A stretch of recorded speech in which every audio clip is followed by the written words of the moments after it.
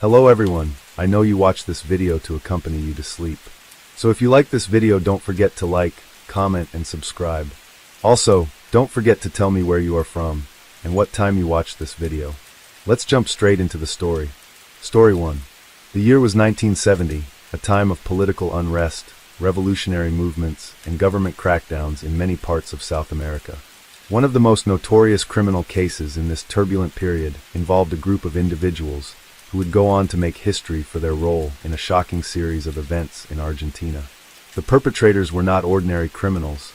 They were deeply tied to the country's political and social upheavals. The central figure in this case was Carlos, pseudonym, a member of a revolutionary guerrilla group that emerged in Argentina during the late 1960s. Carlos, whose true identity remains shrouded in mystery, was known for his militant views and fierce commitment to bringing about social change through violent means. He had joined the Montoneros, a left-wing militant organization that was dedicated to the overthrow of the military dictatorship at the time. The group believed that armed resistance was the only way to dismantle the oppressive government that had taken control of Argentina after a military coup in 1966. Carlos, along with his comrades, was involved in a series of crimes that would eventually lead to one of the most infamous cases of political violence in South American history. Their actions were not random. They were carefully calculated acts of defiance against a government they saw as corrupt and unjust. As a member of the Montoneros, Carlos had participated in various illegal activities, ranging from bank robberies to kidnappings, all aimed at funding their revolutionary activities and destabilizing the government.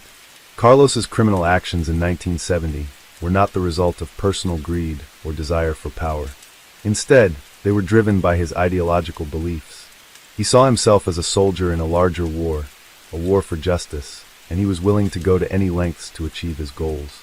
However, his commitment to the cause would have dire consequences, not just for him and his fellow militants, but for innocent civilians caught in the crossfire of political violence.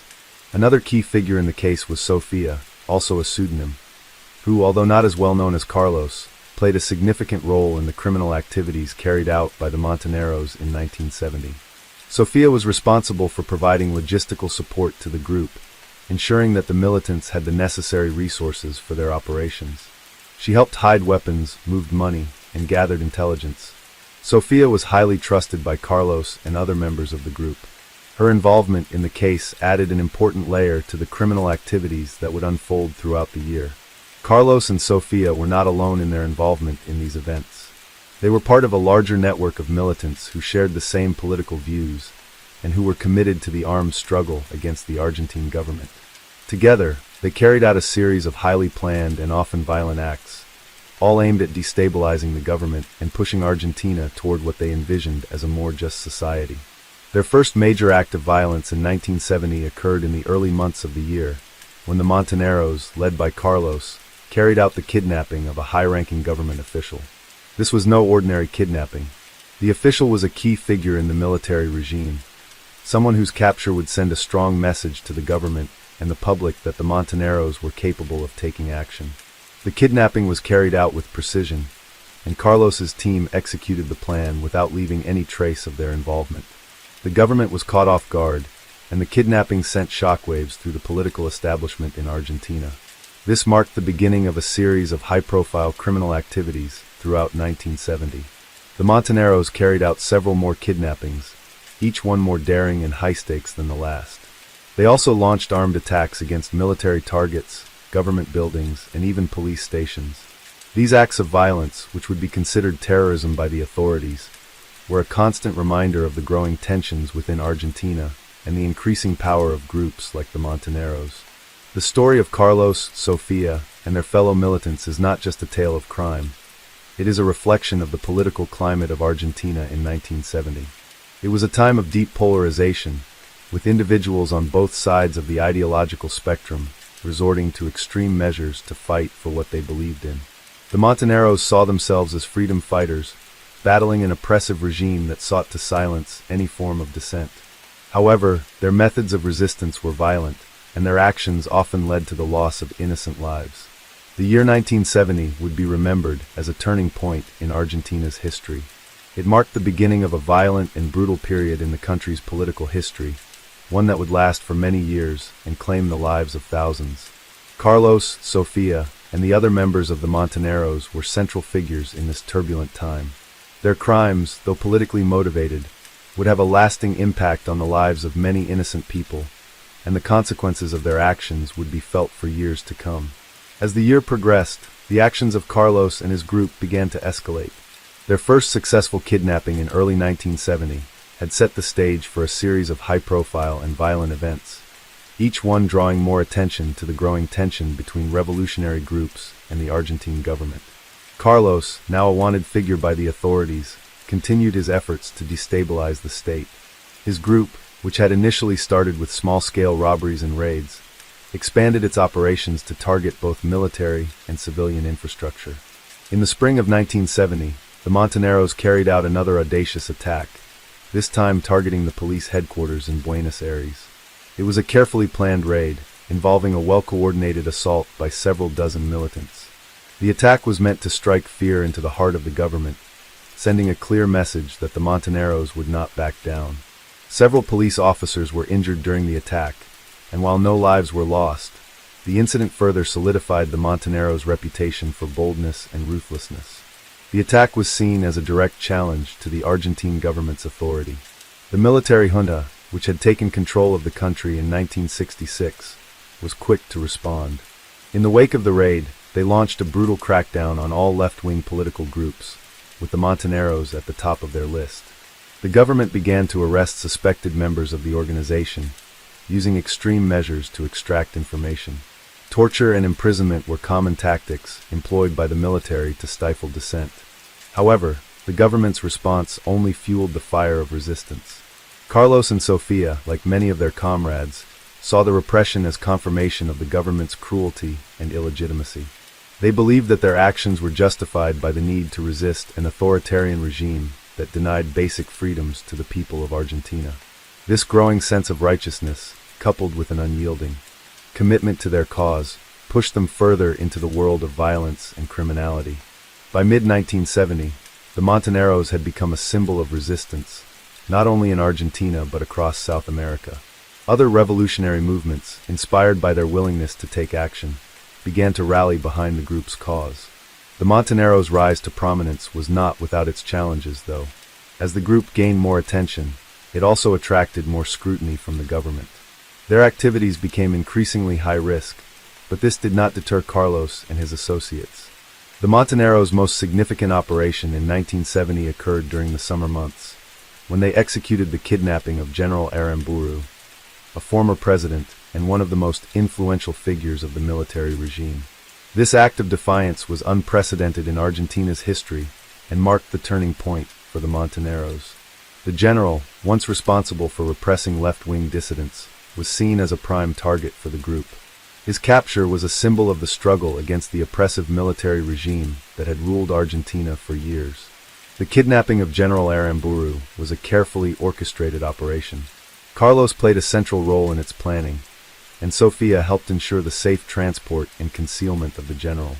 The Montoneros were able to seize the general without incident, and for several weeks he was held captive in secret locations. During this time, the organization demanded the release of political prisoners held by the military junta in exchange for his life. The government, however, refused to negotiate with the terrorists, as they were called by the media. A tense standoff ensued. The kidnapping attracted international attention and placed Argentina's government in a precarious position. Publicly, the junta condemned the Montoneros, but behind closed doors, there was immense pressure to find a way to resolve the situation. Ultimately, the Montoneros' demands were not met, and in a tragic turn of events, General Aramburu was executed. His death sent shockwaves throughout the country, further polarizing the political landscape. The execution of General Aramburu was a controversial and divisive moment in Argentina's history. To the Montoneros and their supporters, it was a justified act of retribution against a symbol of military oppression. However, for many others, it marked the point of no return. The government vowed to destroy the group, and the media labeled them as criminals and terrorists. The public reaction was mixed, with some sympathizing with the Montoneros' cause, while others condemned their violent methods. In the aftermath of Aramburu's execution, the Montoneros became even more entrenched in their fight. The The political violence in Argentina reached new heights, and the state's response became increasingly brutal.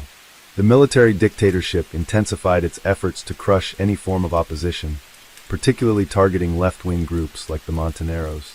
As a result, the organization found itself at war not only with the government, but also with rival factions, including other revolutionary groups that disagreed with the Montoneros' tactics. Carlos and Sofia, like many other militants, became increasingly disillusioned by the violence that surrounded them. While they still believed in the righteousness of their cause, they also witnessed firsthand the devastating impact of their actions on the lives of ordinary citizens. The lines between revolutionary idealism and criminal activity grew blurrier with each passing day, and as the government ramped up its counterinsurgency efforts, the Montoneros found themselves on the defensive. The criminal activities of Carlos and his comrades during 1970 were marked by an ever-growing cycle of violence, retaliation, and ideological struggle.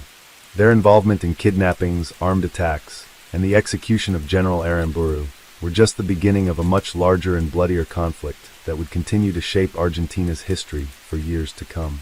The events of 1970 set the stage for an even darker period in Argentina, one that would be defined by political repression, the rise of paramilitary death squads, and a devastating civil conflict that would result in thousands of deaths.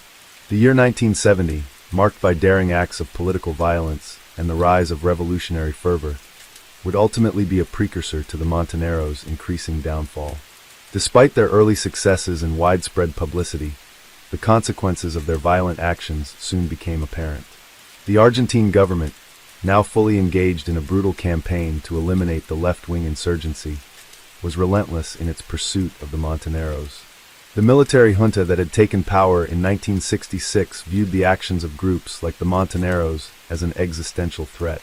The kidnapping and execution of General Aramburu had drawn the wrath of the ruling elite, further solidifying the government's resolve to crush any opposition. In the wake of these events, the regime implemented harsh measures to suppress the growing insurgency. A series of anti-terrorism laws were enacted, providing the military with unprecedented powers to detain suspected militants without trial and to use extreme methods to extract information from detainees. The government's crackdown was brutal, with torture, disappearances, and executions becoming widespread. For Carlos and Sofia, the growing repression meant that their every move was scrutinized by the authorities. The Montoneros, who had once operated with relative freedom, now found themselves cornered. Their ranks dwindled as many militants were arrested, tortured, or killed by the military. The leadership of the Montoneros struggled to maintain cohesion amidst the chaos, and internal divisions began to emerge. Some factions within the group called for a more radical approach, advocating for even greater violence, while others sought to find a way to negotiate with the government or build broader political support. This division weakened the Montoneros, making them more vulnerable to government repression. By late 1970, the Montoneros were no longer operating with the same strength they had earlier in the year. Their base of support had begun to erode, and the government's counterinsurgency campaign proved to be highly effective. The use of death squads, operating with impunity under the guise of combating terrorism, significantly reduced the number of active militants. Many of the surviving members of the Montoneros, including Carlos and Sofia, were forced into hiding, moving from safe house to safe house, while their former allies were captured or killed. The militant group, once a symbol of resistance, had now become a hunted force, fighting not only the government but also rival factions who sought to claim control of the revolutionary movement. During this time, Sofia became increasingly disillusioned with the ongoing violence. She had always believed in the cause, but the constant fear of betrayal, the loss of friends, and the brutal methods employed by both the government and rival groups began to take a toll on her. The person she had once been, an idealistic revolutionary, was now struggling to reconcile the morality of her actions with the reality of the situation. For many former militants like Sofia, the path they had chosen had led them into a spiral of violence and destruction, and there seemed to be no way out. Carlos, too, faced a similar inner conflict. Despite the profound loss of life and the destruction caused by the Montoneros' actions, he remained committed to the cause. He believed that the fight for justice and freedom was worth any cost, even as it became increasingly apparent that the revolution was spiraling out of control. As the Argentine government's forces closed in on the Montoneros, Carlos continued to evade capture, always one step ahead of the military's relentless pursuit. But as the years went by, even Carlos began to question whether the group's violent methods were the right way to achieve their political goals. Despite these internal struggles, the political and military situation in Argentina continued to deteriorate. By 1976, the political climate had grown even more tense and repressive, culminating in the establishment of a military dictatorship known as the Dirty War, La Guerra Sucia. This period, which lasted from 1976 to 1983, saw an even more extreme level of government repression, with tens of thousands of political opponents, many of whom were left-wing activists, intellectuals, and militants like those of the Montoneros, disappearing without a trace. The government's tactics became more sophisticated, and Argentina was plunged into one of the darkest periods of its history. For Carlos and Sofia, the military dictatorship marked a tragic turning point. Their fates, like those of many other militants, became uncertain. Some of the remaining Montoneros, including Carlos, eventually went underground, while others were captured or killed during the purges of the Dirty War. Sofia, whose involvement in the group had remained largely hidden, was forced to disappear, as the government turned its focus toward eradicating any remaining traces of the resistance. Though the Montoneros were largely dismantled by the mid-1970s, their legacy lived on. Their actions, marked by both ideological fervor and criminal violence, became a symbol of the wider political struggles in South America during the Cold War. The conflict between revolutionary ideals and state violence shaped not only Argentina's future, but also had an impact on neighboring countries like Chile, Bolivia, and Uruguay, where similar left-wing insurgencies rose in response to oppressive regimes. The Montoneros' story is one of tragedy, ideological extremism, and lost hope. Carlos and Sofia, along with their comrades, were initially driven by a genuine desire to create a fairer, more just society. Yet, the methods they chose to achieve this goal, kidnapping, violence, and terror, ultimately brought destruction and suffering to their country. Their belief in the righteousness of their cause blinded them to the human cost of their actions, and in the end, the revolution they sought to build ended up consuming them. In the years following the fall of the military dictatorship, Argentina slowly began to confront its past. The crimes of the Dirty War were eventually acknowledged, and many of the military officers responsible for the repression were tried for their actions. However, the story of the Montoneros remained a painful reminder of the complexities of political violence. Their case illustrates how movements born out of oppression and injustice can turn into forces of violence and authoritarianism themselves, creating a cycle of suffering that perpetuates the very problems they sought to solve. Let's jump to next story. Story 2. The year was 1970, and Argentina was in the midst of deep political and social unrest. The country was recovering from a military coup that had overthrown a democratically elected government in 1966, and tensions were high. By 1970, a new wave of resistance groups had emerged, determined to confront the military dictatorship. Among these groups was the Montoneros, a left-wing revolutionary movement that became notorious for their violent tactics. The Montoneros' most infamous actions during this period included kidnappings, bank robberies, and targeted assassinations, all in the name of fighting for a more just society. One of the most significant figures in the events of 1970 was a man named Carlos, a pseudonym, who would eventually become one of the leaders of the Montoneros. Carlos was not just an ordinary member of the group. He was deeply involved in its strategic planning and execution of major operations. He came from a middle-class family and was well educated, but his personal experiences and political beliefs drove him to join the Montoneros. He was committed to overthrowing the military dictatorship and believed that armed struggle was the only way to bring about change in Argentina. Carlos was known for his intelligence and organizational skills, which made him a vital part of the group. He was often responsible for coordinating the group's most daring operations.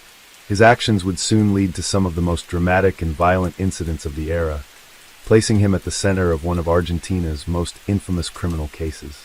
Carlos was not alone in his endeavors. His close associate, Sofia, also a pseudonym, was a key member of the Montoneros and worked alongside him in organizing the group's attacks. Sofia was highly involved in logistical support, gathering intelligence, and ensuring that the group had the necessary resources to carry out their operations. Like Carlos, Sofia believed in the revolutionary cause, but as the years went on, she would come to question the extreme methods the group employed.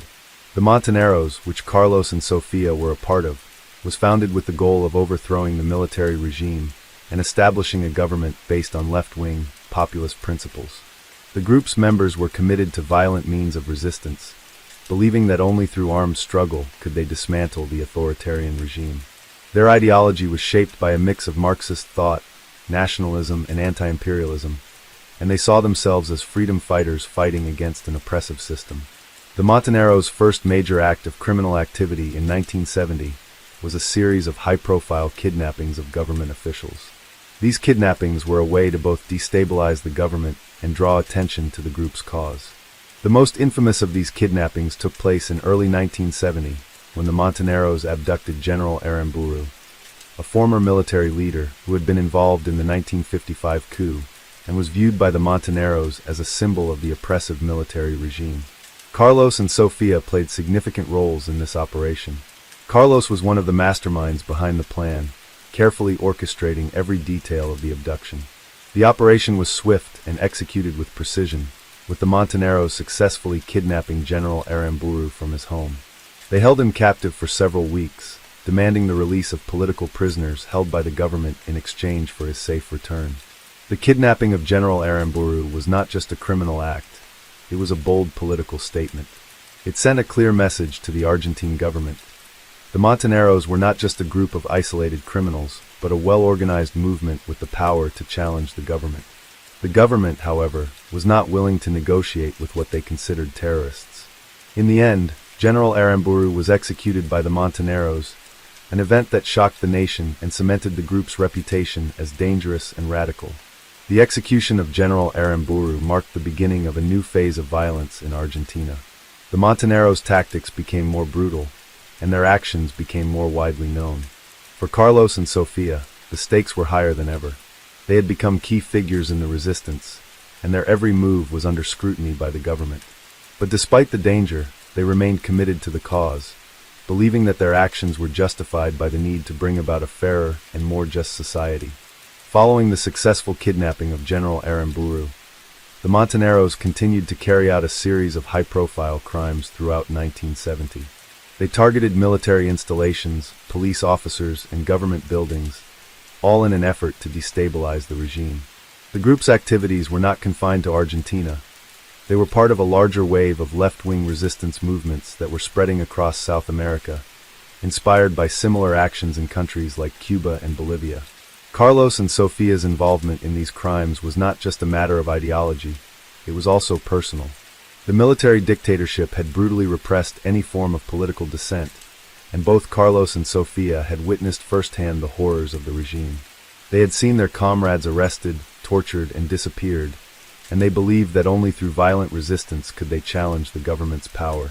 To them, the ends justified the means. As the months went by, the government's response to the Montoneros became increasingly harsh.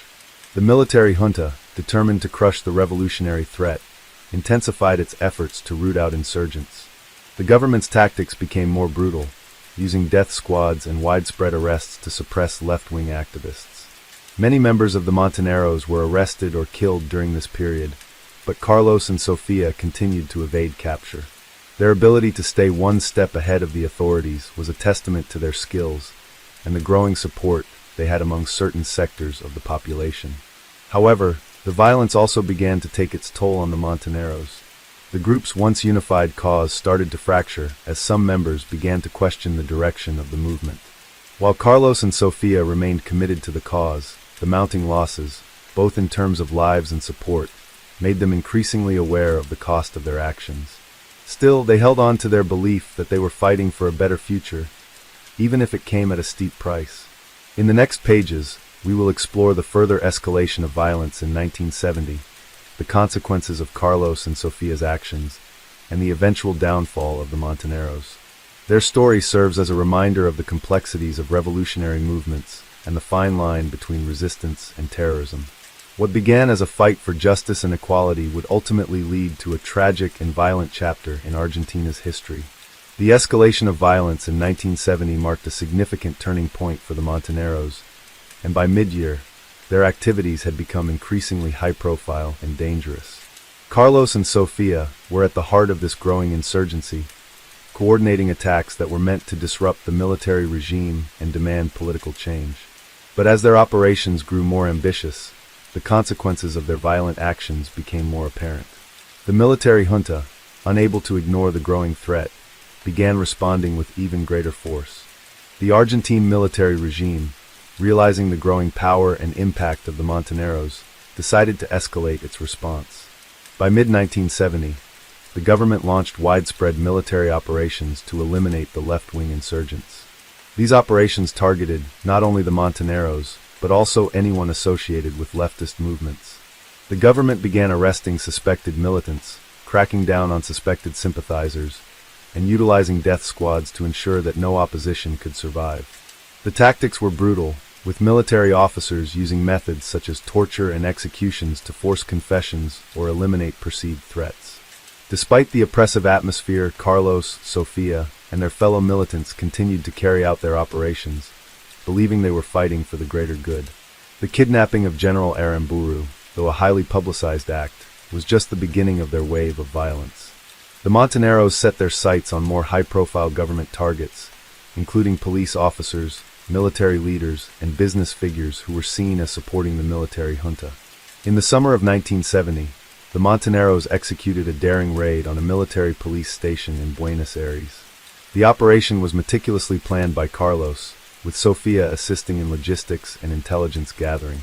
The group's objective was to disrupt the military's ability to maintain control of key areas, and they succeeded in taking control of the police station for several hours. The attack left several military officers dead and many others wounded. Although the Montoneros eventually withdrew without facing substantial losses themselves, the raid was a clear message to the regime that the insurgents were not only capable of staging such bold attacks, but were also willing to challenge the very foundation of the military's power. As the attacks grew bolder and more frequent, the government's reaction became harsher. In addition to the use of death squads, the military also began enacting martial law, limiting civil liberties, and suspending rights to assembly and free speech. This put the country in a state of fear and heightened tension. The people of Argentina, who were already struggling under a dictatorship, now had to contend with the violence of armed resistance groups like the Montoneros and the brutal crackdown by the military. Despite the increasing risks, Carlos and Sofia remained committed to the cause. But as the months wore on, the toll of violence began to weigh heavily on the group. The attacks became increasingly deadly, not just for the soldiers and government officials who were targeted, but also for innocent bystanders who were caught in the crossfire. Carlos, once a young idealist, began to question the cost of the revolution. The group's ideology, which initially called for liberation and justice, seemed to have led them down a path of chaos and destruction. One of the most dramatic and widely discussed events in 1970 was the kidnapping and subsequent execution of General Aramburu. The general, a former military leader who had played a key role in the 1955 coup against the government of Juan Domingo Perón, was a symbol of the military dictatorship that the Montoneros sought to overthrow. Carlos, as one of the leading figures within the group, was heavily involved in planning this operation. He, along with Sofia and other members of the Montoneros, spent weeks preparing for the kidnapping, gathering intelligence, and making sure they had the right contacts to secure the general's capture. The kidnapping was carried out with military precision. On the night of May 29, 1970, Aramburu was seized from his home by the Montoneros. The operation was flawless, and the group managed to get the general into their custody without encountering any serious resistance. Once in their hands, the group demanded the release of political prisoners from the government in exchange for Aramburu's life. This move was calculated to generate international attention. The Montoneros knew that such a high-profile kidnapping would force the government to respond, which in turn would shine a spotlight on the injustices they believed were being committed by the military dictatorship. The tension surrounding the kidnapping lasted for weeks, with both sides digging in their heels. The Argentine government, under intense pressure from its military leadership, refused to negotiate with what they considered terrorists. The situation came to a tragic end when, after weeks of failed negotiations, the Montoneros executed General Aramburu. His body was found dumped in a public place in Buenos Aires, and the execution sent shockwaves through the country. It was an act of violent defiance, one that solidified the Monteneros' reputation as a radical and unyielding force in the country's political landscape. For Carlos and Sofia, the execution of Aramburu marked a turning point.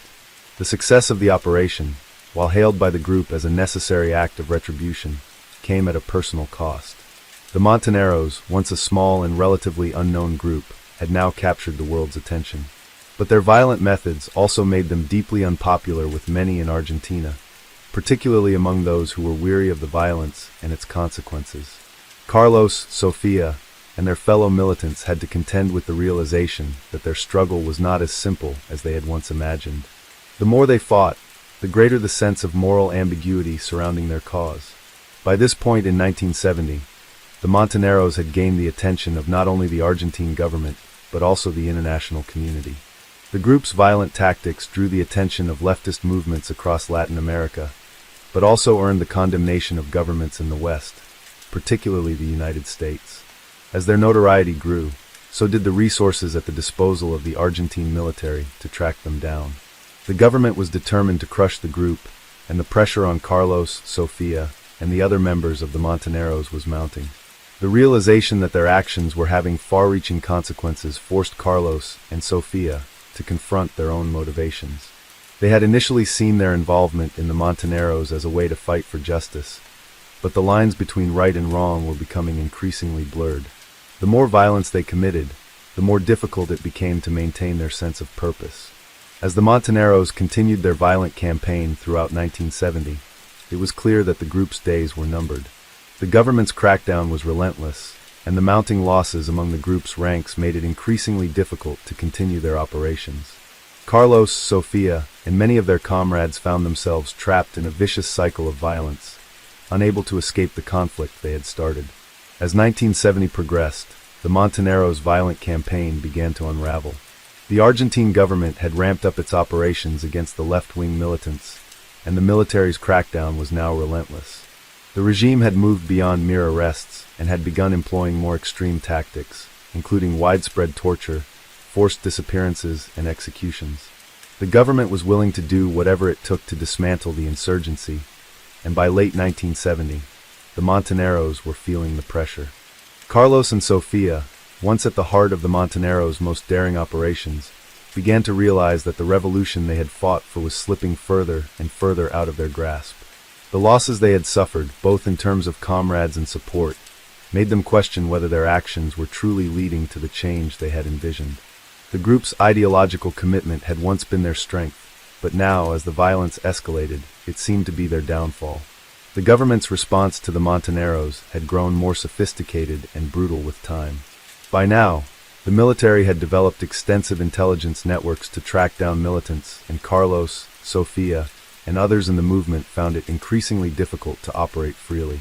The group's hideouts were raided, their communications were intercepted, and the authorities were closing in.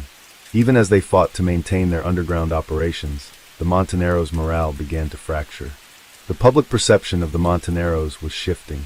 While they had once been seen by some as revolutionaries fighting against an oppressive regime, their increasing use of terror tactics, assassinations, and kidnappings alienated many of their original supporters. The once popular cause of the Monteneros began to be overshadowed by the violence they had instigated. Argentina was now a country at war with itself, with civilians caught between the insurgents and the government, both of whom had lost sight of the people they were supposed to serve. The internal divisions within the Monteneros only compounded their problems. Some members began to question the group's tactics and its inability to form a broader political coalition, while others believed that the only way to achieve the revolution was through even greater violence. Carlos and Sofia were caught in this ideological tug-of-war, struggling to maintain the unity that had once defined their movement. However, the situation was rapidly spiraling out of control. The growing resistance from the military and rival factions within the insurgency made it harder for them to continue the fight. The political situation in Argentina worsened in the mid-1970s, and by 1976, the country was plunged into an even darker chapter of its history. A military coup led to the establishment of a brutal dictatorship, known as the Dirty War, La Guerra Sucia, a period characterized by widespread state terrorism, human rights violations, and the systematic disappearance of thousands of people. The goal of the dictatorship was to eliminate any form of opposition, and this included left-wing militants like the Montoneros. With the rise of the dictatorship, the Montoneros were no longer able to continue their operations as they had before. Many of the remaining members of the group went underground, trying to survive in the face of an increasingly sophisticated and oppressive government. Carlos and Sofia, now hiding from the military, were left to reckon with the consequences of their actions. The Dirty War saw the government begin a campaign of terror against anyone suspected of being a political dissenter. The military junta was ruthless in its pursuit of left-wing militants, including members of the Montoneros. Thousands were arrested, tortured, and executed in secret, and the military had virtually unchecked power to eliminate opposition. For Carlos and Sofia, the transition to the Dirty War meant that their worst fears were becoming reality. The group that had once been committed to revolution had now been reduced to a hunted, fragmented underground movement. Carlos, however, continued to hold on to his revolutionary ideals. He believed that the fight for justice was worth the sacrifices they had made. He did not see himself as a criminal, but as a soldier in a larger struggle. However, as the years went on, even Carlos began to realize that the very movement he had helped create had led to the destruction of so many lives, including those of his closest friends. He was haunted by the faces of the fallen, and the once clear ideological purpose began to blur in his mind. The line between revolutionary and terrorist, between freedom fighter and criminal, had become increasingly difficult for him to distinguish. Sofia, on the other hand, had grown weary of the constant violence. She had seen countless friends and comrades fall, either captured or killed by the military. The revolution she had once passionately believed in now seemed to be leading her to an endless cycle of bloodshed. She had hoped for a fairer and more just society, but all she saw was the destruction of lives, both those of innocent civilians and those of her fellow militants. The human cost of the revolution weighed heavily on her, and she began to question whether the end could ever justify the means. The period of the Dirty War was one of profound terror for Carlos, Sofia, and the remaining members of the Montoneros.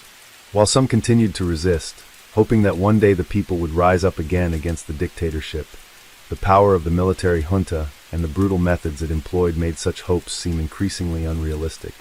Carlos and Sofia, like many of their comrades, were forced to go into hiding, living in fear of being captured or killed. By the time the military dictatorship fell in 1983, the Montoneros had been largely dismantled. Many of the surviving militants had either been killed or captured, and the group no longer had the strength to carry out operations. In the aftermath, the Argentine public began to reckon with the years of violence and the consequences of both the military junta's repression and the insurgency led by groups like the Montoneros. The crimes of the dictatorship were slowly acknowledged, and the truth of what had happened during the Dirty War began to emerge. Carlos and Sofia's story, like that of many others who had fought in the Montoneros, became a symbol of the larger struggle in Argentina, a struggle that had begun with the hope of justice, but had been consumed by violence and extremism.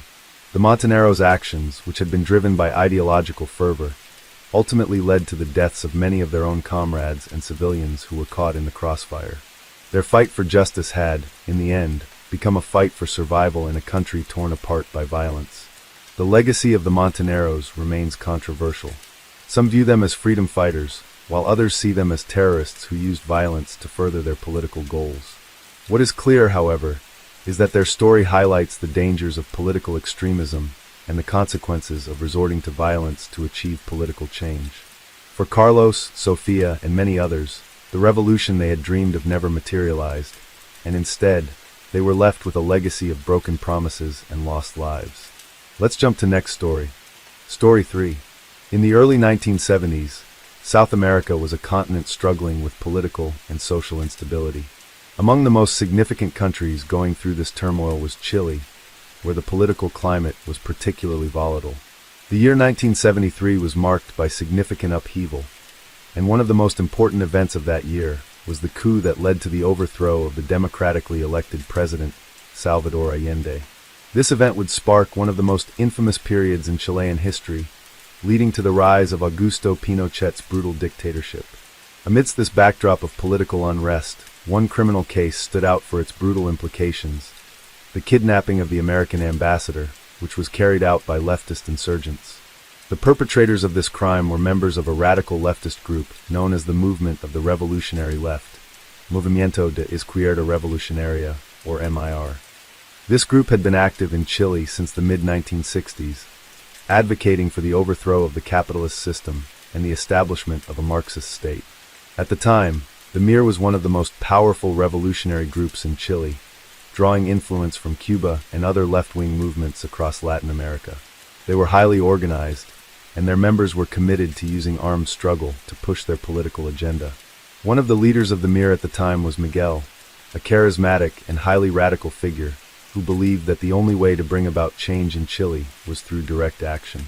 Miguel had been involved in several violent acts, including bombings and assassinations, aimed at destabilizing the government. He had a deep hatred for the U.S. government, which he saw as a puppet of imperialism, and he viewed the presence of American diplomats in Chile as a direct threat to his vision for the country. Another central figure in the operation was Claudia, a young and passionate member of the MIR who had grown up in the politically charged environment of Santiago, Chile. Claudia, like many others in the MIR, believed that the United States was actively working to prevent the success of leftist movements in Latin America. She had spent years organizing protests and underground activities, hoping to mobilize the masses against what she perceived as the imperialist forces trying to undermine Chile's sovereignty. Claudia's role in the kidnapping was critical, as she had connections within the intelligence network of the MIR, and was the one who provided the group with key information about the movements of Ambassador Charles Burke Elbrick, the American ambassador in Chile. The mastermind behind the kidnapping was Jorge, a senior leader within the MIR who had extensive military training and was known for his ruthlessness. Jorge had been involved in several other major operations, including the ambush of military officials and the sabotage of key infrastructure. His experience made him an ideal candidate to lead the mission. His strategy was to strike at a symbol of American power in Chile and send a clear message to the U.S. that their influence in the region was being rejected. On the morning of September 28, 1973, the MIR carried out one of the most daring and high-profile operations in the history of Chile's revolutionary struggle. Ambassador Charles Burke Elbrick, who had been serving as the U.S. ambassador to Chile since 1971, was the target of this bold move. The kidnapping was meticulously planned and executed with military precision. The group, under Jorge's leadership, knew that Elbrick was a high-profile target and that his capture would have significant political ramifications both in Chile and abroad. Claudia and a small group of militants had been following Elbrick for weeks, tracking his daily movements and identifying the safest time to strike. They knew that the ambassador often took his daily commute to the embassy in a car, and they had carefully observed the security patterns around his usual route. The plan was to ambush him while he was traveling through the streets of Santiago, taking him by surprise and ensuring that he would not be able to communicate with authorities. As Elbrick's car made its way through the busy streets of Santiago on that fateful morning, the MIR militants, wearing civilian clothing to avoid detection, surrounded the vehicle. Within moments, they forced the car to a halt, and the militants pulled Elbrick from the car, overpowering the few security guards who were with him. They quickly bundled him into a nearby van and sped away to a safe house that had been set up for this very purpose. The entire operation lasted only a few minutes, but the impact would be far-reaching. The kidnapping sent shockwaves throughout Chile and the international community. It was the first time in history that a U.S. ambassador had been taken hostage in a Latin American country, and the event immediately grabbed the world's attention. The MIR's actions were both an act of defiance against the U.S. government and a statement to the Chilean people that they were willing to go to extreme lengths to achieve their goals. They had successfully executed the operation without significant bloodshed, which allowed them to maintain an air of control despite the dangerous nature of the situation. Once Elbrick was in their custody, the MIR issued a series of demands to the Chilean government. They called for the immediate release of political prisoners, including several members of their group who had been detained by the government in previous years. In addition, they demanded that the military junta that had been in power since the coup earlier that year step down and give way to a more leftist government that would reflect the values of the people. The MIR made it clear that if their demands were not met, they would not hesitate to execute the ambassador. The kidnapping created a standoff between the MIR and the Chilean government. While the MIR had taken the American ambassador, the government was deeply concerned about the potential diplomatic fallout with the United States. The U.S. government, under President Richard Nixon, was already embroiled in a tense political climate, and the last thing it needed was an international incident in Chile. Washington demanded the immediate release of the ambassador, but the Chilean government, led by the military junta, found itself in a precarious position, caught between the threat of further radical actions and the need to avoid direct confrontation with the MIR. As news of the kidnapping spread, international reactions were swift. The United States government was outraged and demanded the immediate release of the ambassador, threatening diplomatic and economic consequences if the demands were not met. The American media portrayed the MIR as ruthless terrorists who were willing to kill an innocent man to further their ideological goals. Chile's military government, which had already been under pressure due to the recent coup and the growing opposition to its rule, found itself in an increasingly difficult position. At the same time, the MIR's actions were seen by some as a necessary act of resistance. The left-wing sympathizers in Chile and across Latin America viewed the kidnapping as an attempt to push back against the imperialist forces they believed were undermining the sovereignty of Latin American nations. They saw the United States as the primary actor behind the political instability in the region, and the kidnapping was viewed as a way to send a strong message to Washington that Latin America would not bow to foreign domination. In Chile, the kidnapping further fueled the ideological divide. The left-wing activists who supported the MIR saw the action as a legitimate form of resistance to a government that had ousted a democratically elected president earlier in the year. They argued that the government's violent repression of opposition groups had left them with no other options but to resort to drastic measures. On the other hand, those who supported the military junta condemned the MIR's actions as terrorism and accused them of putting the entire country at risk. As the days passed, the tension between the MIR and the Chilean government grew. The standoff had reached a critical point, and both sides were preparing for what could be a violent confrontation. However, the resolution of the crisis would not come easily, and it was clear that the fate of Ambassador Elbrick hung in the balance. As days passed, the tension surrounding the kidnapping of Ambassador Charles Burke Elbrick continued to escalate. The Chilean government, under the military junta, was desperate to resolve the crisis without causing a diplomatic catastrophe. The MIR militants, led by Jorge and Claudia, knew that their demands would not be met easily, but they remained resolute. They had successfully captured the ambassador, and their goal was not just to achieve the immediate release of political prisoners, but to send a message about the power of the revolutionary struggle against foreign influence in Chile. Negotiations between the Chilean government and the MIR began in earnest. The government, under increasing pressure from both the United States and its own military forces, sought to find a way to defuse the situation without losing face. General Augusto Pinochet, the head of the military junta, was particularly concerned about the international repercussions of the crisis, knowing that the United States would view any failure to secure Elbrick's release as a major diplomatic defeat. The threat of a full-scale military operation to rescue the ambassador loomed large, but this would have put the life of the diplomat at significant risk. The MIR, however, was not backing down. The group's leaders, particularly Jorge, saw the kidnapping as a turning point. They viewed the situation as an opportunity to pressure the government into agreeing to their demands, and they were prepared to wait out the military. For them, the stakes were not just about one man's life, but about sending a broader message that the people of Chile would not accept foreign interference in their political affairs. They saw Elbrick as a symbol of imperialist control over the country, and his capture was an act of defiance against that power. Throughout the negotiations, Claudia played a critical role in maintaining communication between the MIR and the Chilean government. She was in constant contact with their spokesperson, who was acting as an intermediary, delivering the group's demands to the authorities. Claudia's calm and steady demeanor stood in contrast to the rising tension around her. While Jorge handled the more direct operations, Claudia worked behind the scenes, ensuring that the group's message was clear and that they maintained leverage during the standoff. The U.S. government, meanwhile, had made it clear that it would not tolerate any harm coming to its ambassador. President Richard Nixon, under pressure from both the American public and the international community, demanded that the Chilean government act quickly. At the same time, U.S. intelligence agencies, including the CIA, were monitoring the situation closely, gathering information and providing resources to the Chilean military to help track down the MIR militants. The United States was keenly aware of the political ramifications of the situation, and Nixon's administration was ready to take action if the hostage crisis escalated further. As the days wore on, the Mir continued to hold firm. The group made public statements demanding the release of political prisoners who had been detained by the government in the aftermath of the 1973 coup. These prisoners included members of leftist political parties and activists who had been imprisoned in the wake of the military junta's rise to power. The Mir's message was clear. Until their comrades were freed, Elbrick's life would be in jeopardy.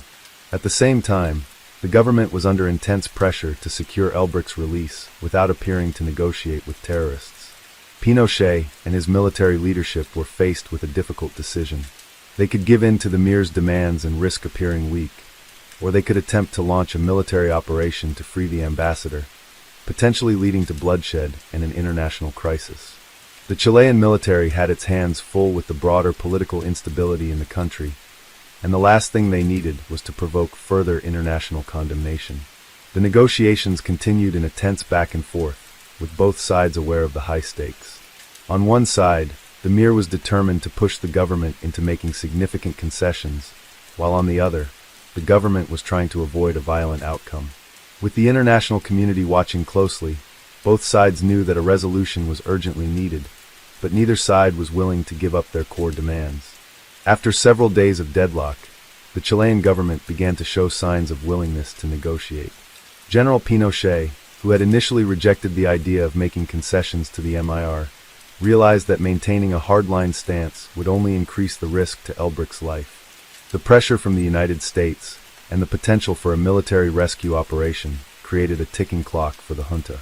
In a dramatic shift, the Chilean government agreed to a partial release of political prisoners in exchange for Elbrick's freedom. While the government did not agree to all of the Mir's demands, they made some concessions in order to de-escalate the situation. The release of the prisoners was framed as a gesture of goodwill, but in reality, it was a calculated decision designed to prevent further violence and avoid diplomatic fallout. On October 5, 1973, after nearly a week in captivity, Ambassador Elbrick was released unharmed. The MIR militants, led by Claudia and Jorge, handed over the ambassador to a neutral party, signaling that they had completed their mission. Elbrick was returned to the United States Embassy, and while he was shaken by the experience, he was safe. The government of Chile, under Pinochet's military regime, had avoided the worst-case scenario, a violent standoff that could have led to Elbrick's death and severely damaged relations with the United States. However, the Mir's success in this operation sent a clear message to the Chilean government and the international community. It demonstrated the group's ability to carry out highly coordinated and high-profile actions that could disrupt the status quo. For the MIR, the kidnapping was not only a political victory, but also a way to raise the profile of their cause. Their actions, while violent, were meant to challenge the political establishment and show that they would stop at nothing to achieve their revolutionary goals. The immediate aftermath of Elbrick's release was marked by a sense of relief, but also by a growing sense of unease. The Chilean government, though it had managed to avert a violent confrontation, faced significant internal and external pressures. The release of political prisoners was seen by many as a sign of weakness, and Pinochet's military regime became even more ruthless in its pursuit of left-wing militants in the months that followed. For the United States, the kidnapping and the diplomatic crisis it caused were a stark reminder of the fragile nature of its influence in Latin America. The incident underscored the power of leftist insurgent movements like the MIR, which had successfully demonstrated their ability to disrupt the political order in a country that had long been considered within the U.S. sphere of influence. While Elbrick's release was a diplomatic victory, the broader political and social consequences of the event would have lasting effects on U.S.-Chile relations. In the years that followed, the Mir would continue its violent campaign against the Pinochet regime, although the group's influence gradually waned as the military dictatorship consolidated power. Pinochet's regime would go on to commit widespread human rights abuses during the Dirty War period, which included the torture, execution, and disappearance of thousands of Chileans. For the Mir militants like Claudia and Jorge, the kidnapping was a defining moment in their struggle. While they had won a tactical victory, the broader political context of Chile continued to shift, and their actions would be part of a larger narrative of revolution, repression, and eventual defeat. The legacy of the Mir and the kidnapping of Ambassador Elbrick remain controversial in Chilean history, a symbol of the lengths to which some revolutionary groups were willing to go to challenge political power, but also a reminder of the violent cost of such actions. The kidnapping of Ambassador Charles Burke Elbrick had far-reaching consequences, not only in terms of the immediate political situation in Chile, but also in the broader context of South American revolutionary movements. While the release of Elbrick marked the end of this particular crisis, the actions of the Mir set in motion a series of events that would have profound effects on both Chile and the region for years to come. In Chile, the military junta led by General Augusto Pinochet would continue its brutal crackdown on dissent, especially against left-wing groups such as the MIR. Although the Mir achieved a tactical victory by securing the release of some political prisoners, the political climate in the country grew more repressive as Pinochet consolidated his control. After the 1973 coup that ousted President Salvador Allende, Pinochet's regime was already known for its violent suppression of political opposition. The kidnapping and the subsequent release of political prisoners did little to change the overall trajectory of the junta's policies. Pinochet's government responded by intensifying its efforts to root out any opposition groups, including the MIR, which became one of the primary targets of the regime's harsh repressive tactics. In the months that followed Elbrick's release, the Chilean government's anti-guerrilla operations escalated. Many MIR members, along with other left-wing activists, were hunted down, imprisoned, tortured, or executed. The government launched a systematic campaign of violence known as the Dirty War, La Guerra Sucia, which sought to eliminate any perceived threat to the military junta's authority. This period saw the disappearance of thousands of Chileans, and the MIR was effectively dismantled, although some of its members continued to fight for years. Jorge, Claudia, and other key figures in the group were forced into hiding, and their ability to operate became increasingly difficult as the military regime cracked down on all forms of opposition. For the United States, the incident was a significant diplomatic setback. While Elbrick's safe release was a moment of relief for Washington, the kidnapping underscored the vulnerability of American interests in Latin America, especially in countries where left-wing revolutionary movements were gaining ground. The United States had been heavily involved in Chilean politics throughout the 1960s and early 1970s, providing support to various political factions that opposed Allende's socialist government. After the coup, the U.S. government had been a staunch ally of Pinochet's regime, despite its human rights violations, primarily because of the perceived need to contain the spread of communism in the region. The kidnapping, however, made it clear that even the U.S. ambassador was not immune to the power of revolutionary movements. The broader geopolitical implications of the kidnapping were also felt across Latin America. The MIR's actions highlighted the growing strength of leftist insurgent movements in the region. During this period, many countries in Latin America were experiencing similar struggles, with revolutionary movements gaining ground in countries like Argentina, Brazil, and Bolivia. The MIR's kidnapping of Elbrick became a symbol of the ongoing struggle against U.S. imperialism and military dictatorships. In the eyes of left-wing groups, the operation was a blow against foreign influence, and it served as a rallying point for others seeking to challenge the power structures in their own countries. At the same time, the incident also revealed the tensions within Chile itself. The military junta, although successful in eliminating a large portion of the opposition, faced increasing resistance from various factions within society. While some Chileans supported Pinochet's authoritarian rule, many others saw the regime's repression as a violation of fundamental human rights. The kidnapping and the political chaos it sparked further divided Chilean society, and it exposed the deep ideological rift between those who supported the military junta's vision of a stable, anti-communist Chile and those who opposed it. This division would continue to haunt the country for decades, long after Pinochet's rule ended. The MIR's role in the kidnapping and their revolutionary activities were part of a broader wave of insurgent movements in Latin America during the 1960s and 1970s. The kidnapping of Ambassador Elbrick was not only one of the MIR's most high-profile actions, but also one of the last major operations by the group. While the MIR had gained considerable attention for their boldness and radical approach to fighting the government, their actions increasingly became associated with the violent tactics of guerrilla warfare, and their support among the Chilean population began to wane. After the kidnapping, the MIR's influence steadily declined.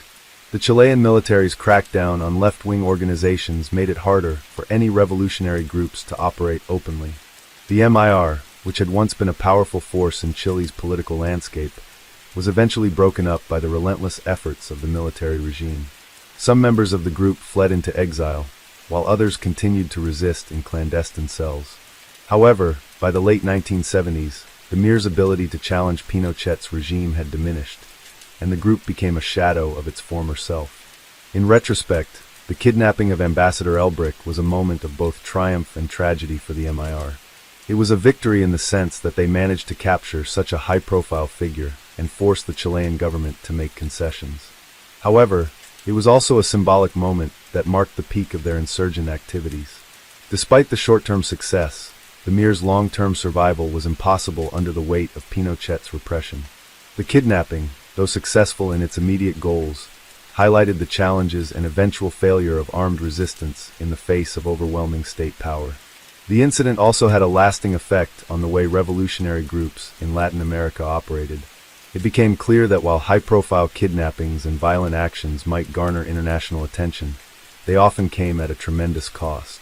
In the case of the MIR, the cost was the loss of their ability to operate freely within Chile, and the broader leftist insurgency was gradually crushed by military regimes across the region.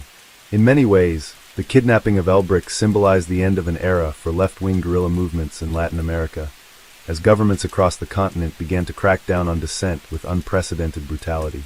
The kidnapping of Ambassador Charles Burke Elbrick was one of the defining moments of Chile's 1973 political crisis, and a significant event in the broader context of South American revolutionary movements. It demonstrated the lengths to which the MIR and other leftist groups were willing to go to challenge the political establishment and the influence of foreign powers. While the MIR's actions during this period garnered both support and condemnation, the consequences of the kidnapping were felt for years, as it contributed to the deepening political polarization within Chile and further entrenched the military junta's power. The legacy of the MIR and the events of 1973 continue to be a subject of debate and reflection in Chile, as the country continues to reckon with its past of political violence and repression. Let's jump to next story. Story 4. In 1973, South America was a region engulfed in political turbulence.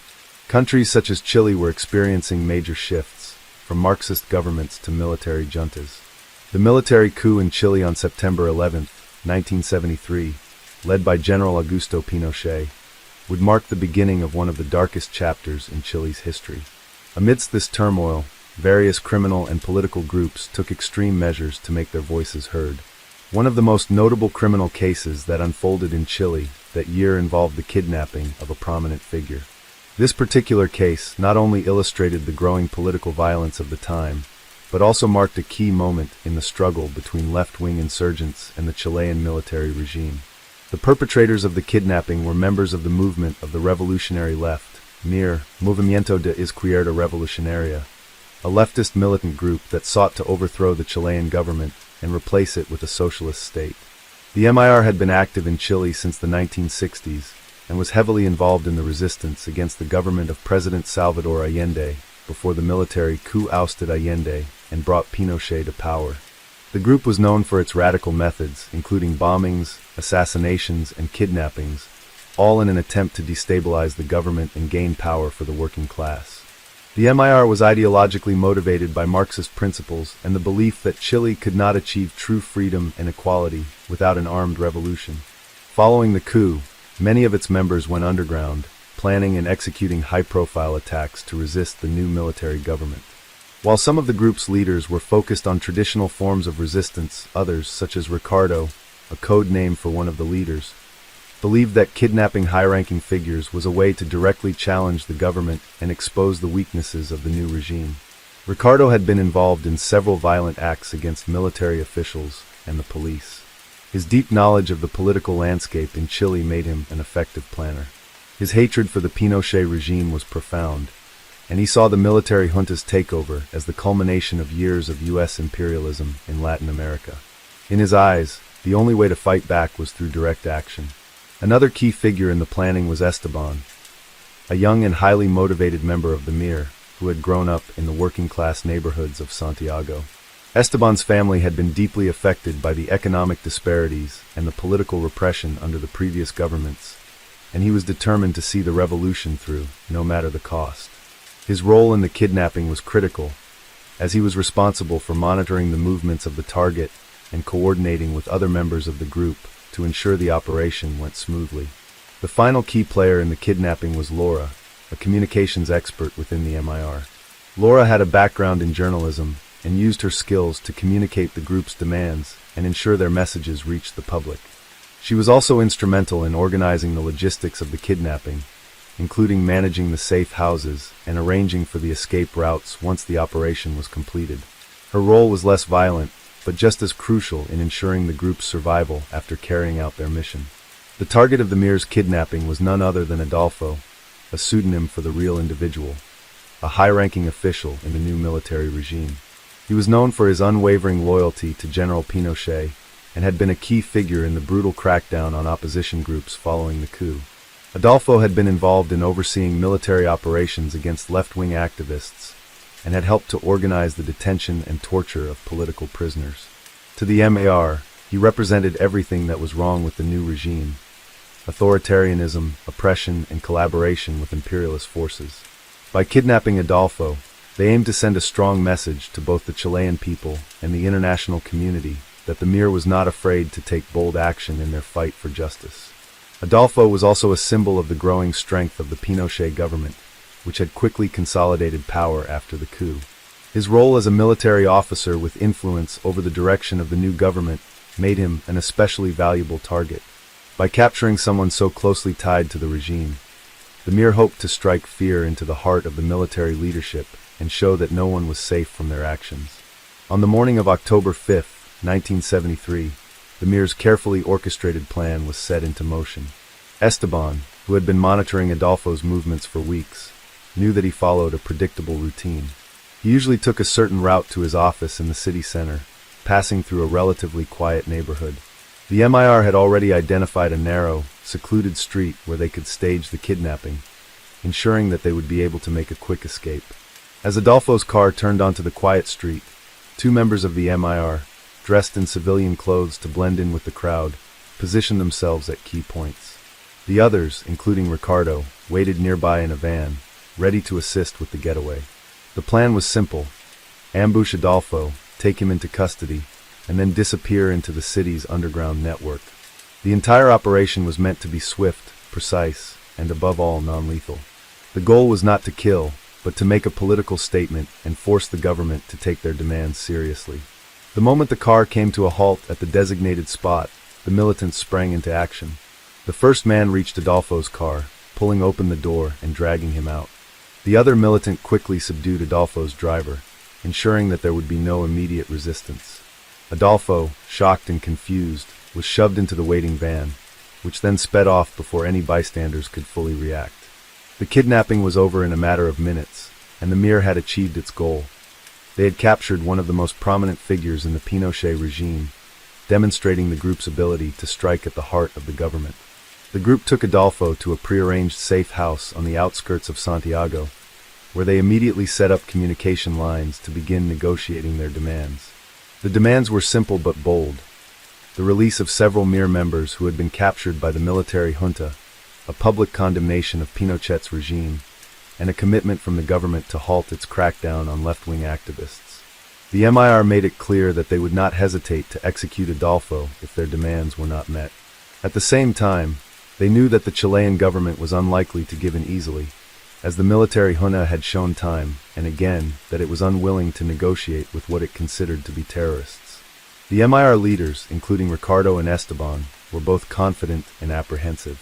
They knew they had struck a blow against the government, but they also knew that the risks were incredibly high. The international community was watching, and if anything went wrong, the consequences would be severe. Nonetheless, they remained resolute.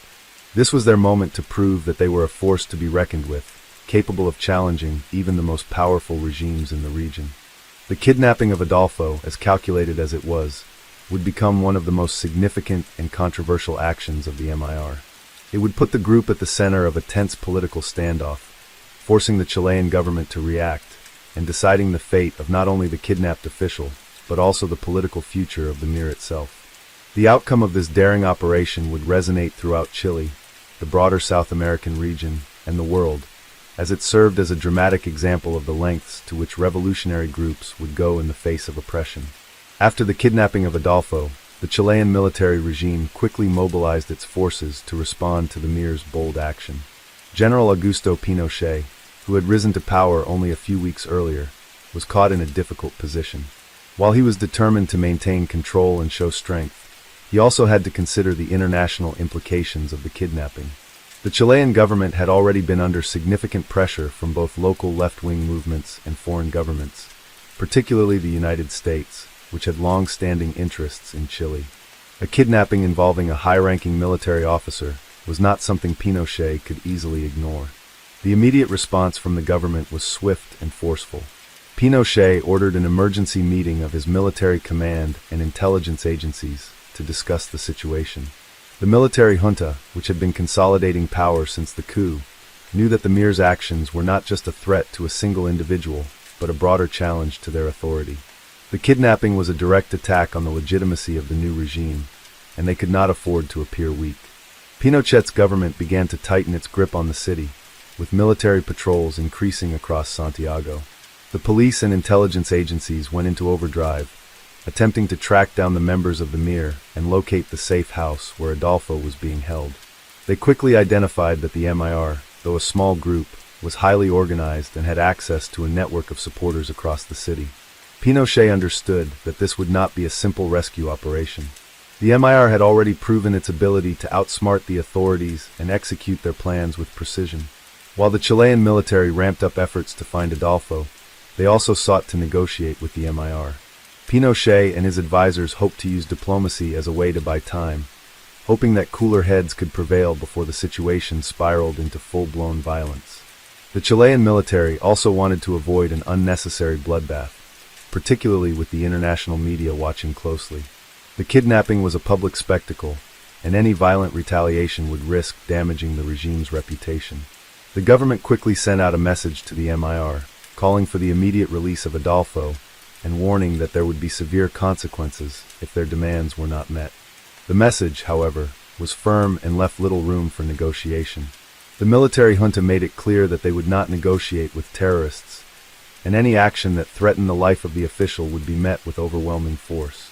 Despite the government's hardline stance, the Mir was undeterred. They had planned this operation for months, and were prepared for the consequences. Claudia, one of the key figures in the MIR, took charge of communication with the military, insisting that the group would not release Adolfo until their demands were met.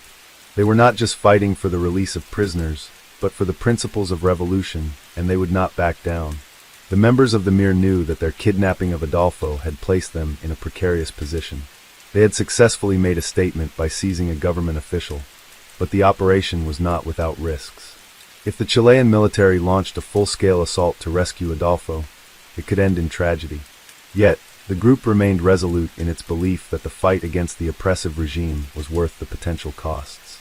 The pressure on the Mir was growing, however. They knew that if they did not act quickly, the government might succeed in locating the safe house and overpowering them. Despite this, the group maintained a cool and calculated approach. They kept Adolfo locked away in a hidden location, ensuring that he was isolated from any outside contact. The hostage was treated as a political pawn, a piece of leverage to ensure that their demands were taken seriously. The news of the kidnapping spread quickly across Chile and beyond, capturing the attention of the global media. The international community watched closely as the standoff unfolded. Many foreign governments, particularly in the United States, condemned the Mir's actions, labeling them as acts of terrorism. Yet, there were some who viewed the Mir's actions as a legitimate form of resistance against the military dictatorship. Left-wing groups in neighboring countries such as Argentina, Brazil, and Bolivia expressed solidarity with the Mir's cause, believing that their fight was part of a larger movement against the oppressive regimes in South America. The Chilean people, too, were divided. Some viewed the Mir's actions as an act of defiance against the regime, while others saw it as reckless and dangerous. The military junta had been consolidating power with increasing authoritarian measures, and many Chileans feared the escalating violence. The kidnapping created an atmosphere of fear and uncertainty, with rumors spreading that the Mir was planning more attacks. The country was already on edge following the coup, and the kidnapping of a key official only heightened the tension. As the standoff stretched into its second day, the Chilean government began to soften its stance, hoping to avoid further escalation. The negotiations were mediated by an intermediary, someone trusted by both sides but with no direct affiliation to either party. The Chilean government, while still maintaining its refusal to negotiate with terrorists, realized that it was in their best interest to at least appear open to discussions, especially as the hostage's life was at risk. Claudia and Ricardo, representing the MIR, made it clear that they would release Adolfo only if their conditions were met. Their demands were simple: the release of political prisoners who had been arrested after the coup, a public condemnation of the Pinochet regime's human rights violations, and a commitment to halt the government's crackdown on leftist groups. The demands were politically charged and served as a direct challenge to the legitimacy of the military junta, which had already been criticized internationally for its violent suppression of opposition. The Chilean government initially hesitated to agree to any of these terms. Pinochet's military regime had come to power through violent means, and any concession to the MIR would be seen as a sign of weakness. At the same time, the government understood that the situation was volatile and needed to be handled with care. The stakes were high, and the consequences of a failed negotiation or a failed rescue could be disastrous for both sides. As the talks continued, the pressure on both the Chilean military and the MIR grew. The MIR knew that the longer they held Adolfo, the more dangerous the situation became. The risk of a military assault, either by the Chilean army or by allied forces from neighboring countries, loomed over them. The government was also aware that if Adolfo was harmed, it would lead to a public outcry and likely incite further resistance against the regime. Pinochet's administration could ill afford to look like it was unable to protect its own officials. The negotiations were tense, with both sides trying to gauge the other's resolve. The MIR's representatives were determined to stand firm, believing that this could be the turning point in their revolution. On the other hand, the government was trying to find a way to avoid giving in to the MIR's demands without losing face. The situation remained at a standstill, but both parties knew that a resolution had to come soon. By the end of the second day of negotiations, it was clear that the kidnapping had brought Chile to a precipice. The outcome would determine not only the fate of one man, but also the future of the MIR, the Pinochet regime, and the broader political struggle in Chile. The kidnappers had made their point. They would not back down, and they had shown that even in the face of a brutal military dictatorship, the fight for political change was not over. After several days of intense negotiations, the standoff reached a critical point. The pressure on both the Chilean government and the MIR intensified as both sides became increasingly aware of the potential consequences of their next steps. The kidnapping of Adolfo had placed both the military junta and the left-wing resistance in a precarious position. On one hand, the military government could not afford to appear weak by meeting the MIR's demands, as it would undermine their authority and credibility. On the other hand, the MIR knew that keeping Adolfo hostage indefinitely was not sustainable and could lead to a catastrophic military intervention that could cost them dearly. As the days passed, the Chilean government began to realize the situation was becoming more complicated than anticipated. The international community, especially Western powers like the United States, were closely monitoring the events, and the military junta's brutal tactics were already receiving widespread condemnation. Pinochet and his advisors understood that if the kidnapping escalated into a violent confrontation, it could lead to a global backlash, particularly from countries that had supported the coup but now questioned the extreme methods of the junta. On the other side, the MIR was also facing mounting pressure. They had already made their political statement by kidnapping a high-ranking military official and showcasing their ability to challenge the new government. However, they knew that they could not maintain this operation indefinitely without risking their own survival. If they did not secure some form of victory soon, they feared the military would launch a counteroffensive that could crush their organization. The group's members, including Claudia, Ricardo, and Esteban, were well aware of the risks involved, but they remained determined to continue their fight for a socialist Chile. In a significant development, both parties agreed to a temporary ceasefire to allow for further negotiations. This pause was crucial for both sides, as it allowed the Chilean government to reassess its approach and for the MIR to evaluate the political landscape. The negotiations reached a turning point when an intermediary who had been facilitating the talks proposed a compromise. The Chilean government, realizing the political ramifications of refusing to negotiate, was willing to release a small number of political prisoners, though not all of the mir's demands would be met. The compromise included the release of several members of the leftist resistance who had been detained in the aftermath of the coup, though it did not include the full scale of the mir's demands. The MIR, although initially hesitant, ultimately agreed to the terms, recognizing that this could be their only opportunity to secure the release of key comrades. After days of tense discussions, the kidnapping came to an end, with Adolfo being released by the MIR in exchange for the release of the prisoners. Adolfo was unharmed, though deeply shaken by the experience, and was immediately taken into military custody upon his release. While the Chilean government did not fully capitulate to the MIR's demands, the fact that any concessions had been made was seen as a victory by the left-wing group. In the days following the resolution of the kidnapping, both sides tried to spin the outcome to their advantage. For the Chilean government, the release of Adolfo was a relief, but the political implications of the MIR's success were not lost on them. The fact that the military regime had been forced to negotiate with the MIR, even to a limited extent, was seen as a blow to the junta's image. The military government had been successful in eliminating much of the opposition through violent repression, but the MIR's ability to orchestrate such a high-profile kidnapping demonstrated that there were still factions within Chile willing to fight back, even against a heavily armed and organized military. For the MIR, the outcome was a mix of triumph and disappointment. While they had secured the release of some political prisoners, they had not achieved all of their goals, and the struggle for a broader socialist revolution was far from over. Nevertheless, the group took the kidnapping as a sign that their resistance against the Pinochet regime could succeed. Their boldness had shaken the military government and inspired others within Chile and Latin America to rise against military dictatorships. The MIR's influence, although declining, continued to resonate in Chilean political discourse for years to come. However, the military junta's retribution was swift and brutal. In the wake of the kidnapping, the Chilean government launched a series of counteroffensive operations to root out remaining leftist groups, including the MIR. Members of the MIR were hunted down, arrested, tortured, and killed in what would become known as the Dirty War period of Chilean history. Despite their short-term success, the MIR was eventually crushed by the overwhelming force of Pinochet's military regime. Many of its members went into hiding, fled the country, or were imprisoned, and the group never regained the prominence it once had. Despite the eventual dismantling of the MIR, the kidnapping of Adolfo had far-reaching consequences for Chile. It became a symbol of the resistance to the military dictatorship and an example of the lengths to which left-wing groups would go to challenge the regime. The kidnapping also highlighted the deep ideological divisions in Chilean society, with some supporting the guerrilla movements as a legitimate form of resistance, while others believed that such actions only led to more violence and instability. Internationally, the event drew attention to the growing tensions in Latin America.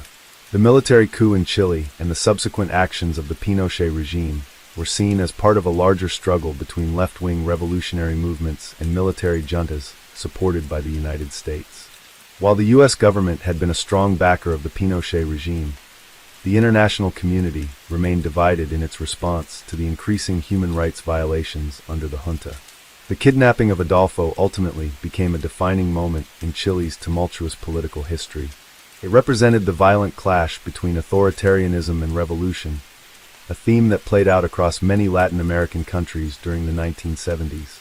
The kidnapping and its aftermath left a lasting legacy in Chile, as the country would continue to grapple with the effects of the military dictatorship long after Pinochet's rule ended in the 1990s.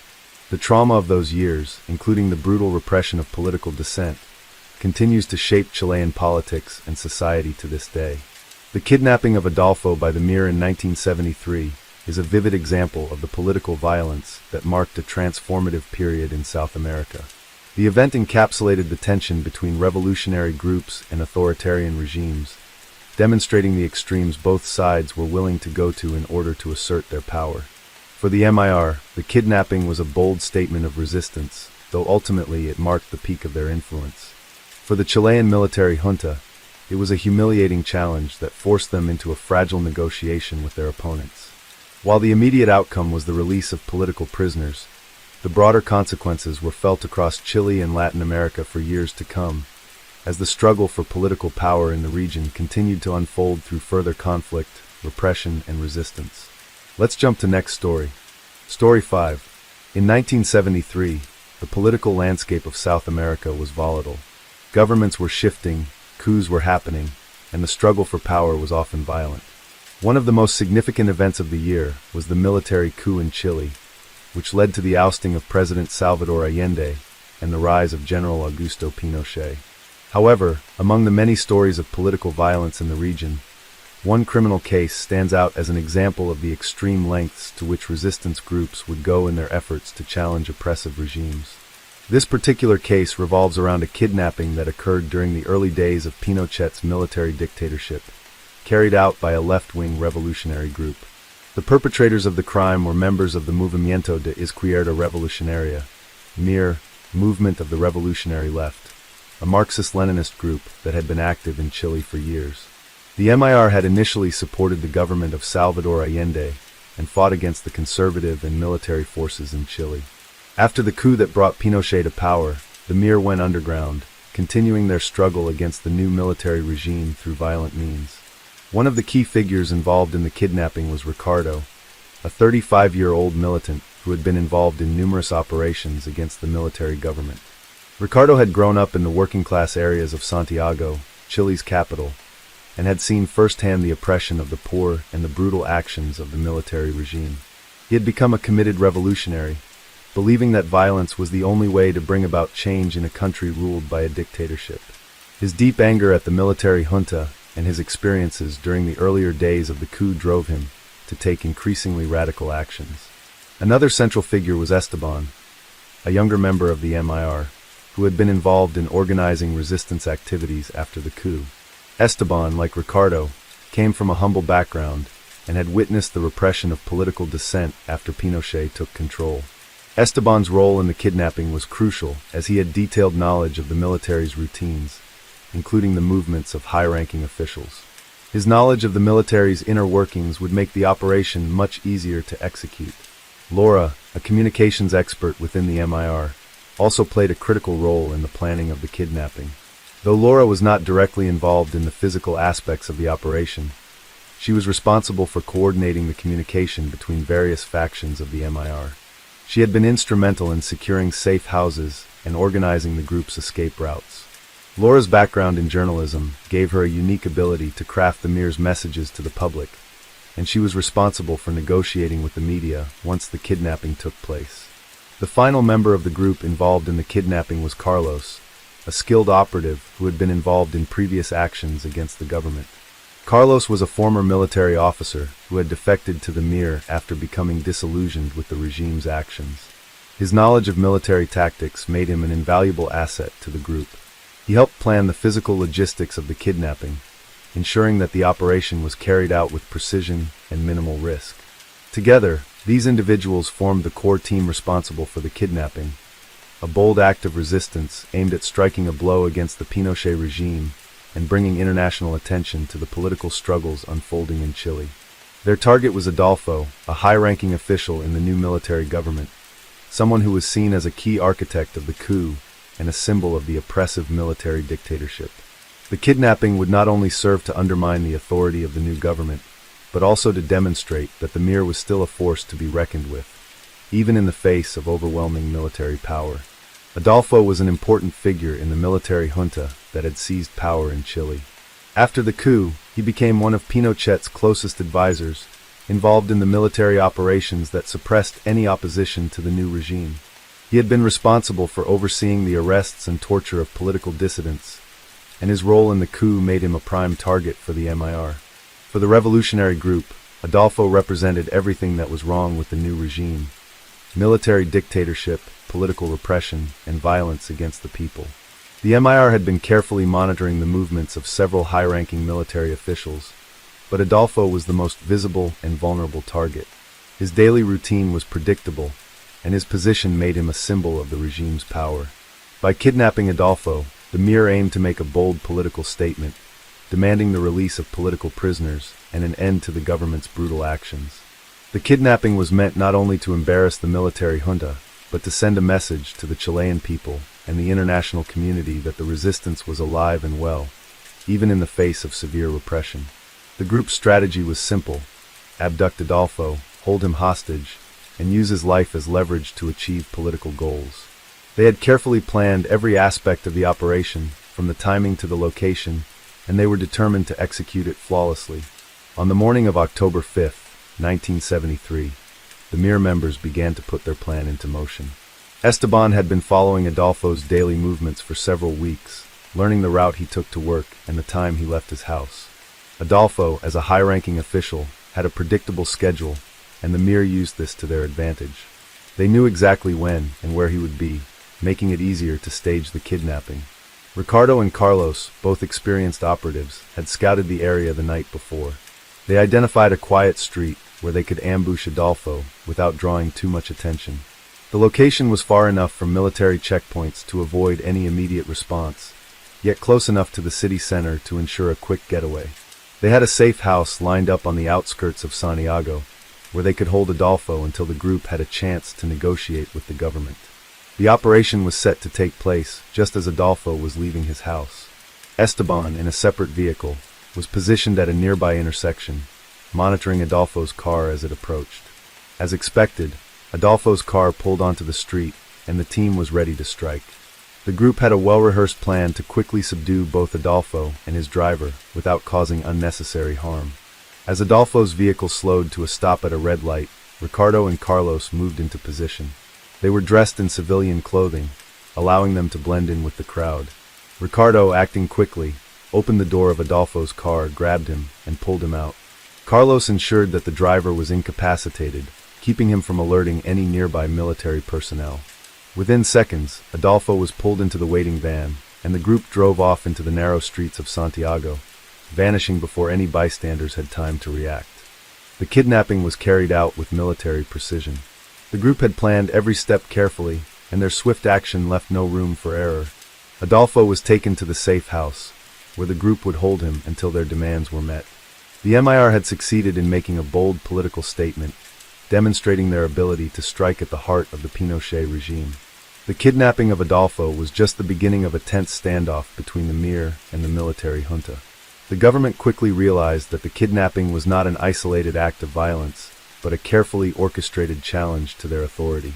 They knew that they had to act quickly to secure Adolfo's release and to prevent further attacks from the MIR. With the fate of Adolfo in their hands, the MIR was now in a position to negotiate with the government.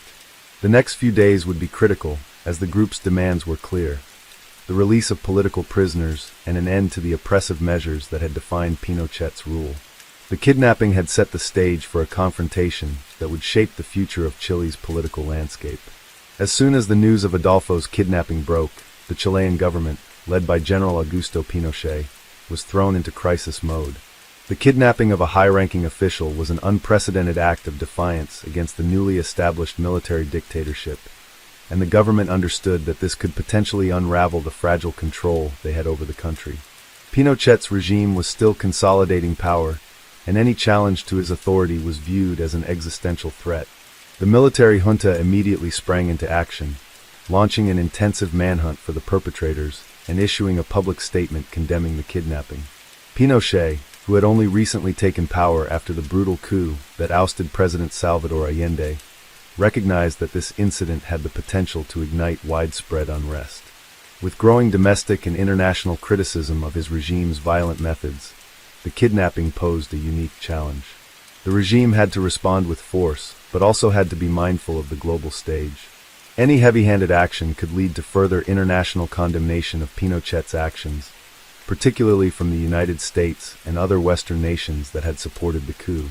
Pinochet and his top advisors convened a series of emergency meetings to formulate a strategy. The military junta was already facing criticism for its systematic repression of political dissidents, and the kidnapping only added fuel to the fire. Although the government was determined to recover Adolfo without making concessions, they also understood the potential impact of mishandling the situation. The regime's reputation and credibility were on the line. In an attempt to defuse the situation, the Chilean government reached out through intermediaries to the MIR, seeking to negotiate the release of Adolfo. Pinochet's administration took a hardline stance, insisting that the kidnappers would not be allowed to win and that they would not negotiate with terrorists. However, behind closed doors, government officials were divided on how to handle the situation. Some military leaders argued for an immediate rescue operation, while others, particularly those in the diplomatic circles, suggested that the government should consider offering limited concessions to avoid a violent escalation. The Pinochet regime was deeply aware of the international implications of the kidnapping. Chile's new government was already under scrutiny for its human rights abuses, and the kidnapping of a government official could further tarnish its image. The United States, a staunch supporter of the Chilean coup, had made it clear that it expected the regime to respond firmly and swiftly to any acts of defiance. However, the global community was watching closely, and the military junta knew that they had to manage the situation carefully to avoid exacerbating the political crisis. In the early hours following the kidnapping, Pinochet issued a public statement declaring that the MIR would face severe consequences for their actions. The regime vowed to launch an all-out effort to track down the perpetrators and rescue Adolfo. Military units were dispatched throughout Santiago, and checkpoints were established at key points in the city. The streets of the capital, already tense due to the aftermath of the coup, became even more heavily militarized. The regime was taking no chances in ensuring that this kidnapping did not become a rallying point for further resistance. Despite the government's efforts, the MIR was well prepared for a confrontation. The group had spent years operating clandestinely, building networks and safe houses throughout the city. They knew how to evade the military's reach, and they understood that time was on their side. The longer Adolfo remained in their custody, the more pressure the military junta would feel to make concessions. At the same time, the MIR knew that the government would not give in easily. They had already anticipated the regime's hardline response and had prepared their next steps accordingly. The group had made it clear that they would not release Adolfo without securing the release of political prisoners who had been detained by the military junta. The MIR's demands were not just about freeing one man, but about challenging the legitimacy of the entire regime. As the government scrambled to find the kidnapped official, the MIR began communicating their demands through intermediaries. The kidnappers had already sent a clear message to the government. The release of political prisoners was non-negotiable. These prisoners were mostly members of left-wing political groups, trade unionists, and intellectuals who had been arrested after the military coup. Many of them had been subjected to torture, and their families had been forced into hiding. For the MIR, freeing these prisoners was a matter of justice, and the kidnapping of Adolfo was their way of forcing the regime to face its actions. Claudia, one of the key negotiators for the MIR, took charge of the communication efforts. She was calm and strategic, understanding the importance of controlling the narrative. Using her expertise in media and communications, she worked with the group's supporters both in Chile and abroad to ensure that their message would be heard. The MIR sought to use the international press to amplify their demands, portraying the kidnapping as part of a larger struggle against a fascist regime that had come to power through violence and repression.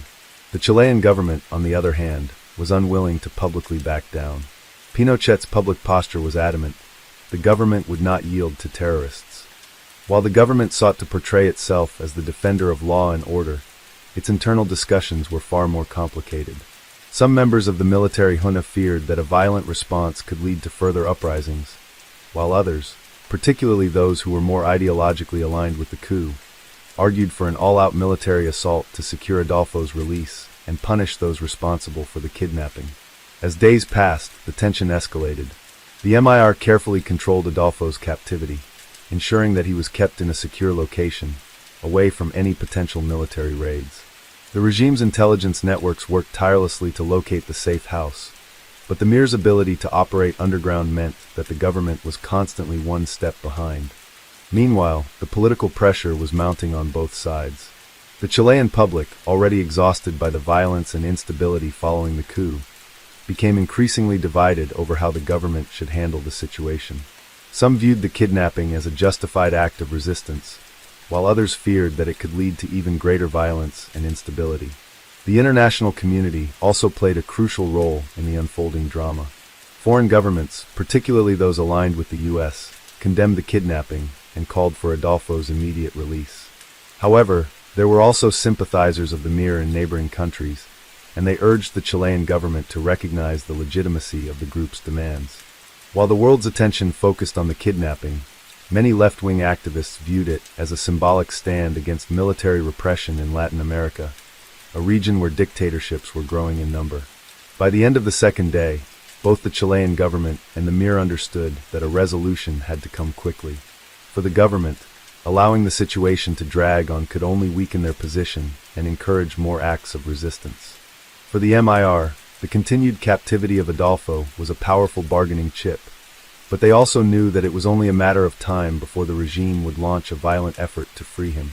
As the military mobilized, a standoff between the two sides seemed inevitable. Each day that passed brought more pressure and uncertainty. Adolfo, though not physically harmed, remained in captivity, and the government's response became more urgent.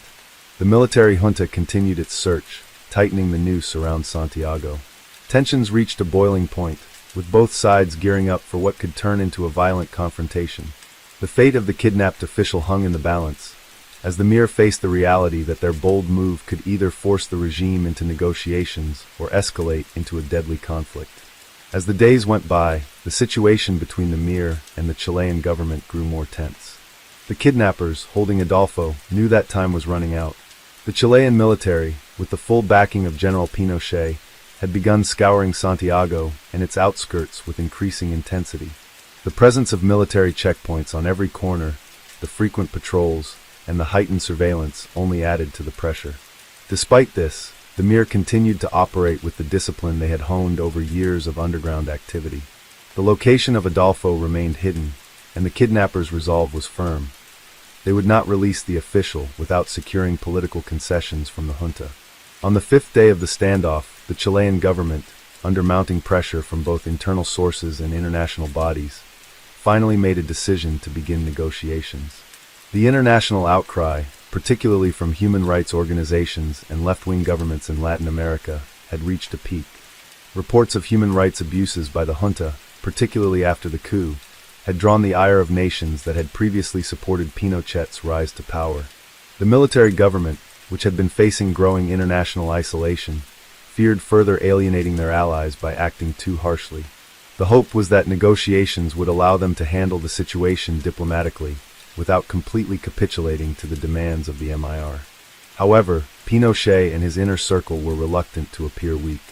Pinochet had built his power on a foundation of violence and repression, and agreeing to the Mir's demands would be seen as a sign of weakness, something the military regime could not afford. They had already been forced to make political concessions in the wake of the coup to maintain some semblance of legitimacy. Allowing any form of negotiation with the left-wing insurgents could undermine everything the junta had worked to establish in the first place. The talks began cautiously, with mediators stepping in to help bridge the gap between the two sides. The Chilean government proposed that a neutral party be involved in the process to guarantee the safety of Adolfo, but the MIR, led by Claudia and other key negotiators, was adamant that any talks should focus on the release of political prisoners. The MIR had long been fighting for the release of their comrades, left-wing intellectuals, and union leaders who had been detained, tortured, and disappeared after the coup.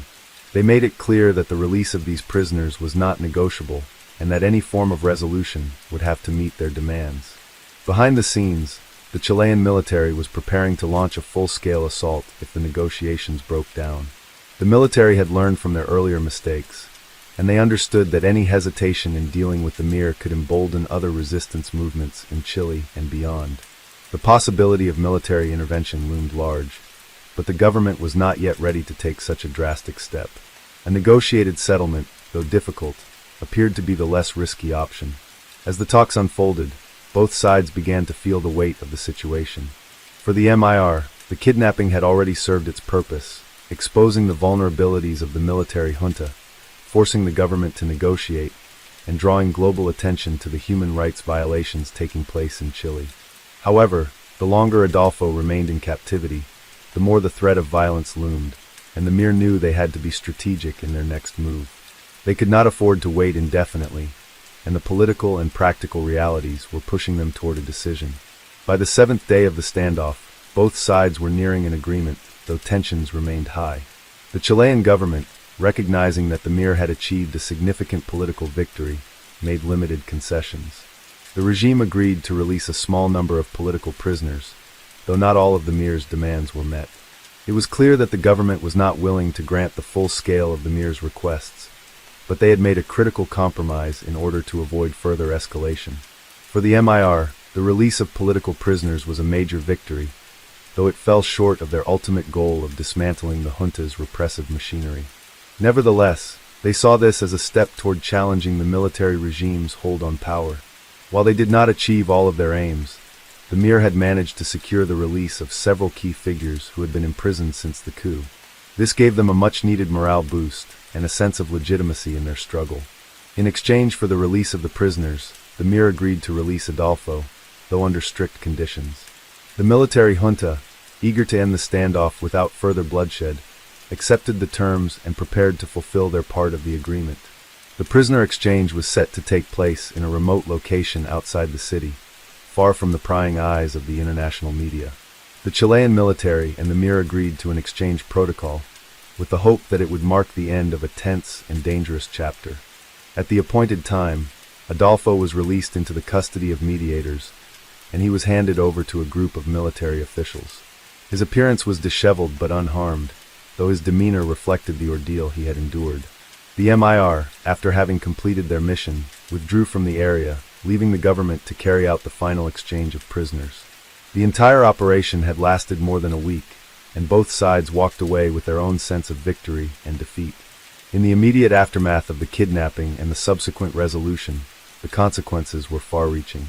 For the MIR, the kidnapping of Adolfo had been a successful operation, drawing international attention to their cause and challenging the legitimacy of the military dictatorship. The release of political prisoners was seen as a significant victory, and the MIR used this as a rallying point for future resistance against Pinochet's regime. The group continued to fight for the rights of political dissidents, even though they faced a constant threat of arrest, torture, and death. For the Chilean government, the resolution of the kidnapping represented a temporary victory, but it was clear that the political costs were significant. The military regime had been forced to make concessions to a group they considered to be terrorists, and this sent a signal that the MIR was still a potent force in the country.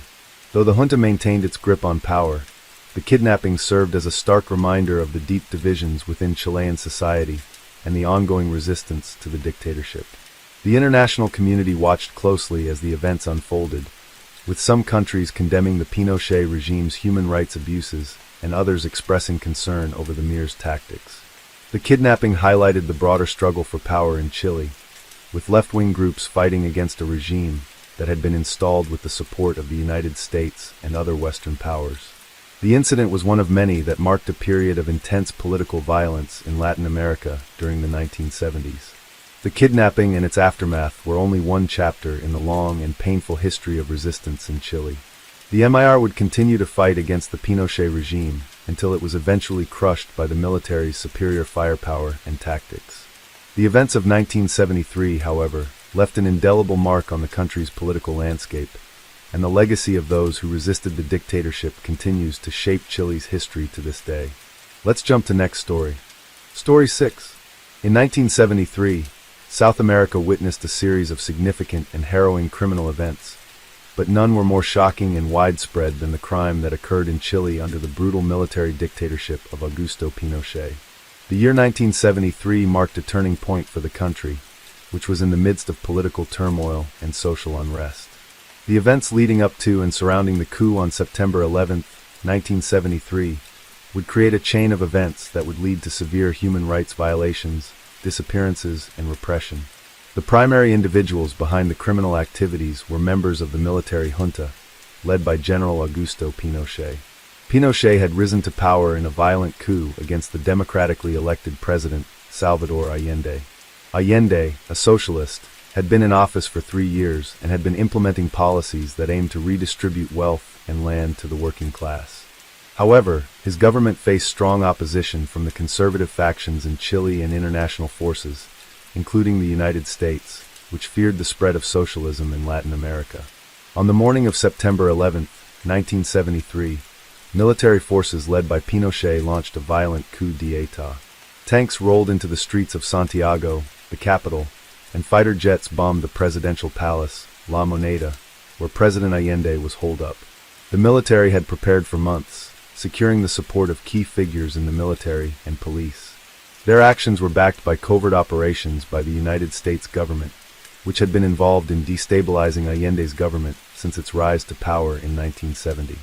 As soon as the coup succeeded, the military junta immediately took control of the country. General Pinochet declared himself the leader of the nation and began a campaign of repression and violence against perceived enemies of the state. The junta's actions were brutal. Thousands of Chileans were arrested, tortured, and executed for their real or suspected connections to the Allende government, left-wing political parties, or union movements. The victims of the junta's crimes came from various segments of society. Many were political leaders, activists, intellectuals, and students who had supported Allende's government or had criticized the military's actions. Others were simply ordinary Chileans who had the misfortune of being caught up in the purge. The junta's forces did not discriminate. Anyone suspected of being a sympathizer of the leftist government was fair game. The criminal actions of the military junta under Pinochet were not limited to Chile alone. The U.S. government under President Richard Nixon had actively supported the coup through covert operations carried out by the CIA. The United States' involvement in the coup and the subsequent repression would come under scrutiny for years to come. It was revealed that the U.S. had not only provided financial support to opposition groups, but had also facilitated the operations that led to the military takeover. In the following years, the U.S. continued to support Pinochet's dictatorship, turning a blind eye to the severe human rights abuses occurring in Chile. In the months following the coup, a network of secret detention centers was set up throughout the country. These centers, such as the infamous Villa Grimaldi, became places where individuals were tortured, interrogated, and executed. The victims were often never seen again, their families left without any answers. Many of those who survived the torture and imprisonment were either forced into exile or disappeared into the black hole of the regime's control. One of the most notorious criminals of the period was Manuel Contreras, the head of the National Intelligence Directorate, DINA, the secret police force of the Pinochet regime. Contreras was responsible for organizing and overseeing the operations that targeted political opponents, activists, and anyone suspected of dissent. Under his leadership, DINA was notorious for carrying out kidnappings, torture, and executions. Contreras himself was known for his cruelty and ruthlessness. He was instrumental in orchestrating the campaign of terror that spread throughout the country. The full extent of the crimes committed during this period is still being uncovered today. Thousands of Chileans were murdered or disappeared during the dictatorship, and the trauma left behind continues to affect the families of the victims. The case of the 1973 coup in Chile serves as a chilling reminder of the dangers of unchecked political power and the devastating consequences that follow when a government resorts to violence and repression to maintain control. Following the military coup of September 11, 1973, the country of Chile descended into a period of intense repression. The brutal tactics of the military junta led by General Augusto Pinochet extended far beyond the immediate aftermath of the coup, continuing throughout the years of the dictatorship, which lasted until 1990. In this period, Chile became one of the most oppressive regimes in Latin America, with widespread human rights violations committed under the guise of maintaining national security and preventing left-wing subversion. The junta quickly moved to establish total control over the country. A state of emergency was declared, and civil liberties were suspended. Political parties were banned, including the socialist and communist factions, and all public gatherings were prohibited. The media, too, was tightly controlled, with censorship placed on any reporting that could undermine the military regime. In a chilling move, the junta set up a secret police force called DINA, National Intelligence Directorate, led by Manuel Contreras, who became infamous for overseeing systematic torture, forced disappearances, and the targeted killings of anyone associated with Allende's government or left-wing activism. One of the most significant elements of the Pinochet regime's crimes was the use of disappearances as a tool of terror. The practice of forcibly abducting individuals, often in the middle of the night or during street protests, became a hallmark of the dictatorship. These individuals were taken to clandestine detention centers, where they were interrogated under brutal conditions. Torture was a routine method of gaining information, and many victims were subjected to horrific physical and psychological abuse. Some were executed immediately, while others were never seen again. Families of the disappeared were left in a perpetual state of uncertainty, never knowing the fate of their loved ones. The absence of bodies meant that many victims could not be mourned or given a proper burial, a wound that remains open in Chilean society. One of the most notorious locations for these atrocities was Villa Grimaldi, a detention center located on the outskirts of Santiago. It became infamous as a site where detainees were held and tortured in secrecy. Hundreds of Chileans were taken to Villa Grimaldi, and many never emerged alive. Survivors of the torture described harrowing experiences, including electric shocks, waterboarding, beatings, and mock executions.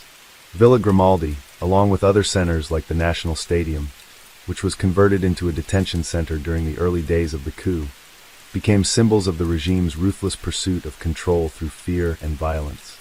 The international community was largely silent during the initial years of the Pinochet regime.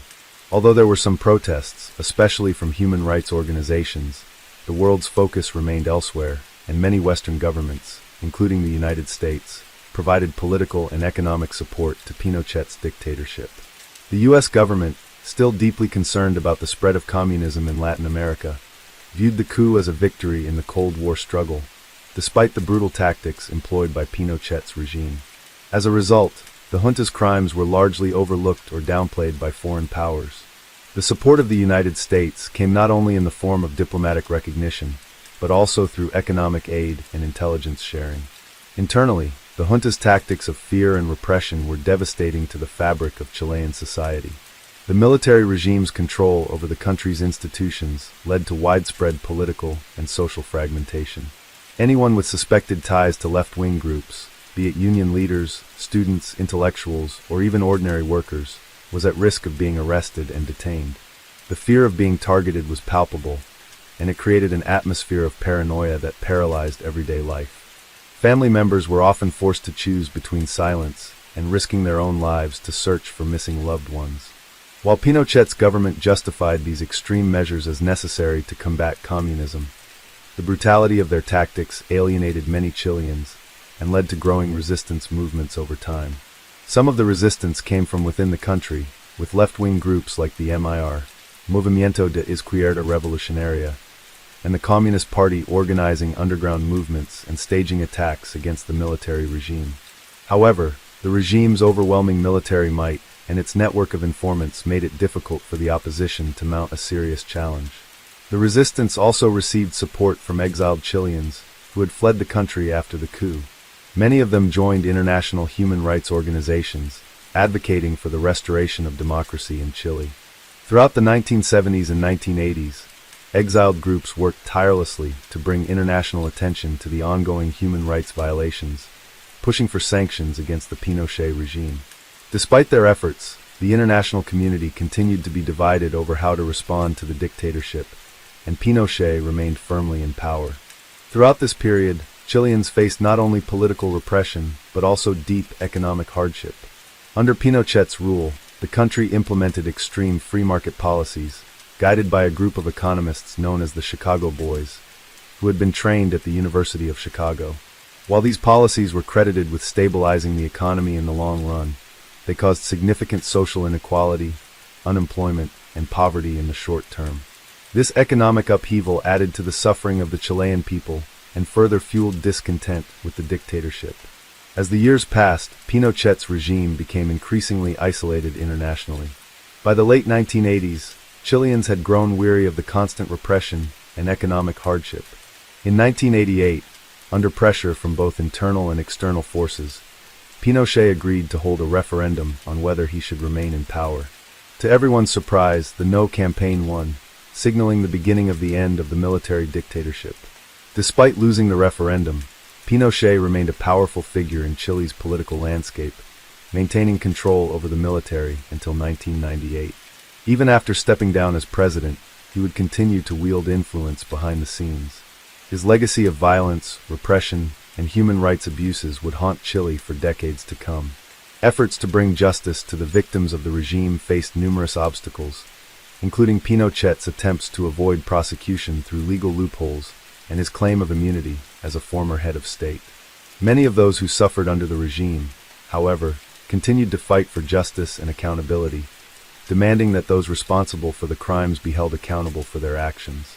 As Chile began to transition back to democracy in the late 1980s and early 1990s, the dark legacy of Pinochet's dictatorship loomed large over the nation.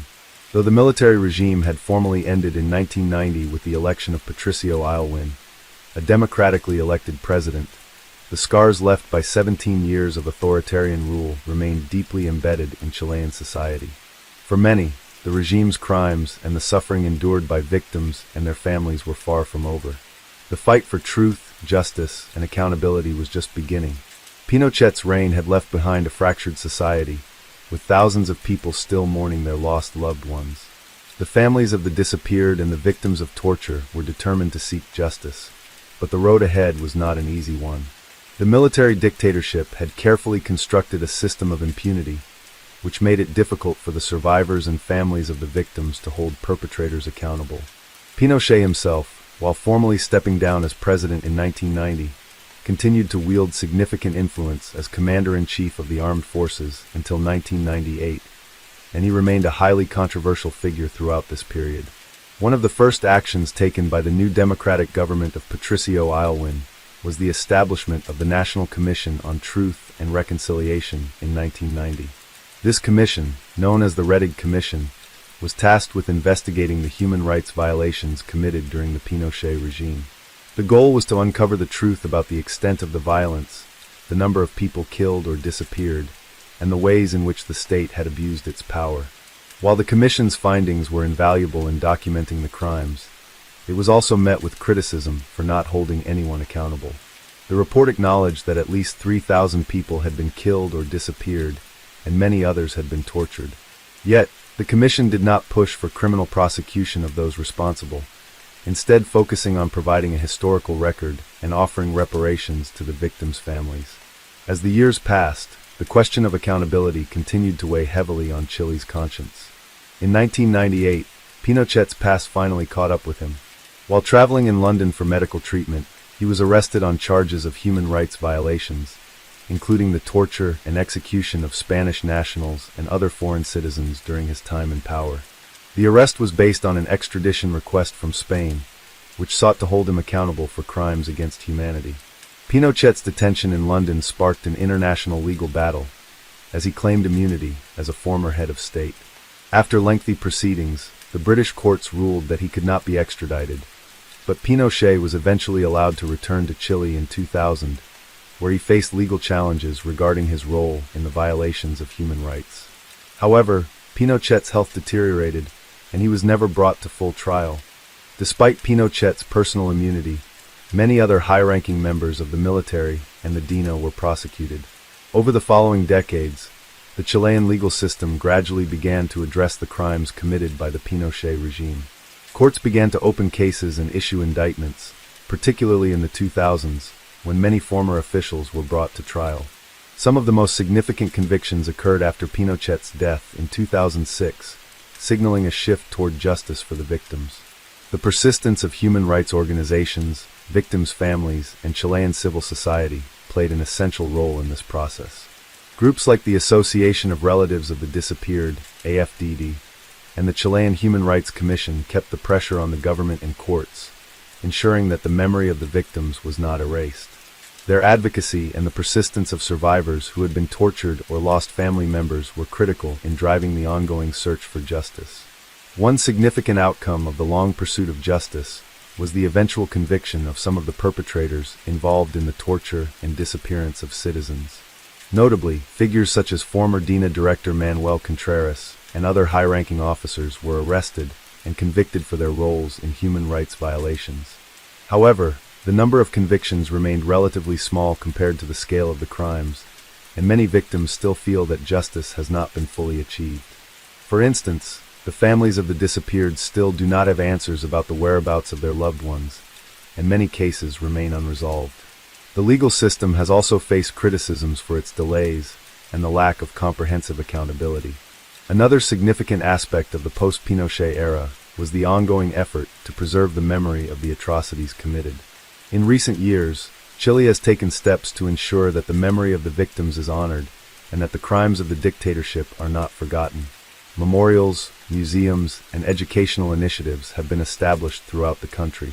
The Museum of Memory and Human Rights, which opened in Santiago in 2010, stands as a major effort to document the horrors of the Pinochet regime and educate future generations about the importance of human rights and democracy. The museum houses a vast collection of photographs, personal stories, and documents that highlight the extent of the human rights violations, allowing visitors to understand the pain endured by the victims and the need to prevent such atrocities from happening again. As Chile continues to grapple with its past, the country remains divided over how best to address the legacy of the dictatorship. While some Chileans believe that the past should be put behind them and that the country should focus on its future, others insist that full accountability is essential for national healing. The efforts of the human rights community to seek justice continue, and many Chileans, especially those affected by the regime's crimes, remain steadfast in their pursuit of truth and reparations. The story of the 1973 Chilean coup and the subsequent dictatorship serves as a cautionary tale about the dangers of political extremism, authoritarianism, and the erosion of democratic values. The suffering experienced by the victims of Pinochet's regime underscores the importance of upholding human rights and protecting the vulnerable from state violence. As the struggle for justice continues, the memory of those who died and disappeared under Pinochet's regime remains an integral part of Chile's identity and the collective conscience of the nation. The fight for truth, justice, and reconciliation is far from over, but the determination of those who survived the regime's brutality ensures that the voices of the victims will not be silenced. Let's jump to next story. Story 7. In 1974, South America was marked by political violence and turmoil, and one of the most notable criminal events during this time occurred in Chile. The military coup of September 11, 1973, had just led to the fall of the democratically elected government of President Salvador Allende. The man primarily responsible for orchestrating this violent overthrow was General Augusto Pinochet, who took control of the country and began a reign of terror that would last for years. The crimes committed under Pinochet's regime were extensive, including torture, extrajudicial killings, and forced disappearances, which continued throughout 1974. The perpetrators of these crimes were members of the Chilean military and the newly formed secret police force known as DINA, National Intelligence Directorate. Pinochet, along with high-ranking military officials, ordered the systematic repression of anyone perceived as a threat to the new regime, particularly targeting left-wing activists, former members of Allende's government, intellectuals, union leaders, and ordinary citizens suspected of opposing the dictatorship. DINA was responsible for carrying out many of the regime's most horrific actions. Pinochet's regime justified its actions by claiming they were necessary to fight against communism and safeguard the country's stability. However, in reality, the junta's actions were aimed at consolidating their power and eliminating any potential resistance to the military dictatorship. In 1974, these actions reached new levels of brutality. Thousands of Chileans were arrested, tortured, and killed. Many others were forcibly disappeared, their families left in despair without any knowledge of what had happened to their loved ones. The secret police, DINA, played a key role in enforcing the dictatorship's harsh policies. Manuel Contreras, the head of DINA, was a central figure in the repression. Under Contreras' leadership, DINA became infamous for its violent tactics, including kidnappings, illegal detention, torture, and execution of suspected political opponents. The regime's forces operated in a network of clandestine detention centers, and the National Stadium in Santiago was transformed into a prison for those deemed enemies of the state. Prisoners were subjected to brutal physical and psychological torture in an attempt to extract information or simply to break their spirits. In 1974, the military junta intensified its efforts to silence dissent, often acting without any regard for due process or human rights. During this period, Chile became a place where fear ruled the streets. The government openly used violence to intimidate anyone who might oppose them. Protests, political gatherings, and any form of organized resistance were brutally suppressed. Anyone caught speaking out against the regime risked being arrested or worse. The criminals behind this brutal repression were not limited to the military and DINA officers. In fact, the civilian government that supported Pinochet was also complicit in the crimes. High-ranking officials, such as Interior Minister Sergio Fernandez and other members of the junta, played important roles in enabling the violence. These figures provided the political and legal cover needed for the military to act with impunity. By 1974, the international community had begun to take notice of the widespread human rights violations taking place in Chile. However, due to Cold War politics, many Western governments, including the United States, continued to support Pinochet's regime, as they viewed him as a bulwark against communism in the region. While human rights organizations and some governments condemned the abuses, the brutal actions of the junta were largely overlooked or ignored in the name of geopolitical strategy. For the victims of these crimes, 1974 was a year marked by extreme suffering and uncertainty. Families of the disappeared were left with no answers about the fate of their loved ones. They would spend years searching for the truth, only to be met with resistance from the military government. Many families formed organizations to demand justice and to bring attention to the atrocities taking place in the country. Despite the terror and silence that gripped Chile, the efforts of these families and human rights groups would eventually lead to the exposure of the truth behind the crimes of the Pinochet regime. In the months that followed the coup, the scale of the crimes committed by the military junta became more apparent. By 1974, the repression had escalated to such an extent that no one, regardless of their social status or political views, was safe from the regime's brutality. For anyone who was suspected of opposing the government, the risk of being abducted and tortured was a very real fear. In addition to the physical violence, the junta used propaganda to further its agenda, spreading lies about their enemies to create public support for the military dictatorship. These methods of control served to consolidate Pinochet's grip on power, but they came at a terrible human cost.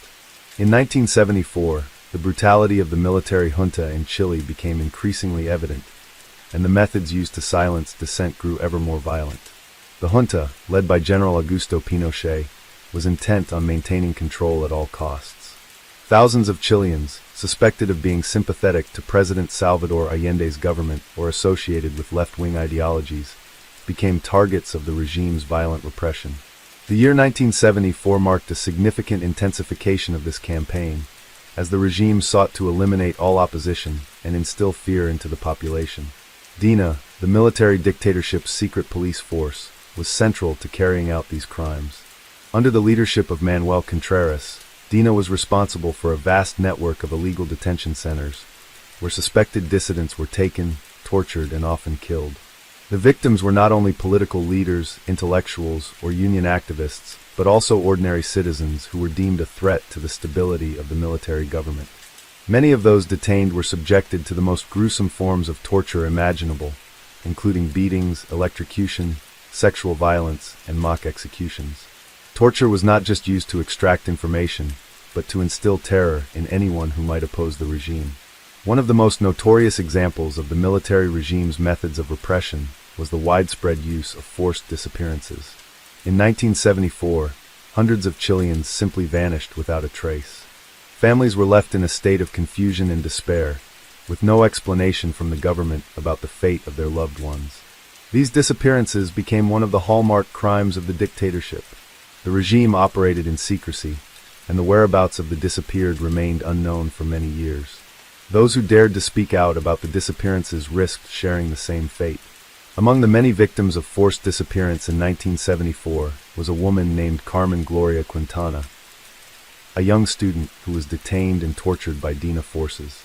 Quintana was burned alive as part of a horrific act of terror meant to suppress any notion of resistance. Her death became a symbol of the regime's brutality and the lengths it would go to in order to suppress dissent. Meanwhile, political prisoners were held in makeshift detention centers, including the National Stadium in Santiago, which was converted into a holding facility for thousands of detainees. The conditions in these facilities were deplorable. Prisoners were denied food, water, and medical care. They were often forced to stand for long periods of time, their bodies subjected to physical abuse and humiliation. In some cases, prisoners were forced to witness the torture and execution of their fellow detainees.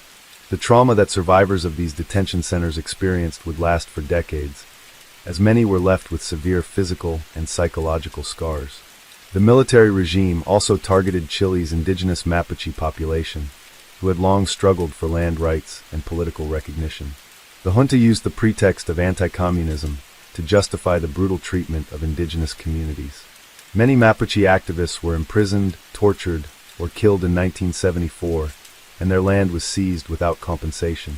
The military government saw these groups as a threat to their control over the country's natural resources and sought to eradicate any potential sources of resistance from indigenous peoples. Internationally, The crimes of the Pinochet regime in 1974 began to draw attention, but the global response was slow and often muted. In part, this was due to the Cold War dynamics that shaped international relations at the time. The United States, under President Richard Nixon and Secretary of State Henry Kissinger, had supported the coup that brought Pinochet to power. The U.S. government viewed Pinochet as a necessary ally in the fight against communism in Latin America. As a result, Washington turned a blind eye to the human rights abuses occurring under Pinochet's rule. This tacit approval emboldened the military dictatorship and allowed it to continue its repression with little international pressure. However, within Chile, the repression was not only felt by those directly affected, but also by society as a whole.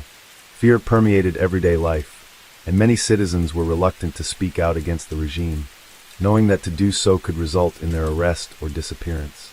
The military dictatorship worked hard to control public discourse, censoring the media and suppressing any form of opposition. Newspapers were taken over by the military, and only pro-government viewpoints were allowed to be published. Radio stations and television broadcasts were tightly controlled, and dissenting voices were silenced through violence and intimidation. Despite the fear and repression, some groups within Chile and abroad were beginning to take notice of the regime's crimes and take action. In 1974, Chilean exiles in countries like the United States and Europe began to organize and call attention to the atrocities being committed by the junta. These activists worked tirelessly to document the human rights violations and to bring international pressure on the Pinochet regime. Organizations like Amnesty International and Human Rights Watch began to report on the widespread abuses in Chile, but the international response remained limited, as many Western governments prioritized geopolitical interests over human rights concerns. Within Chile itself, however, resistance movements began to form.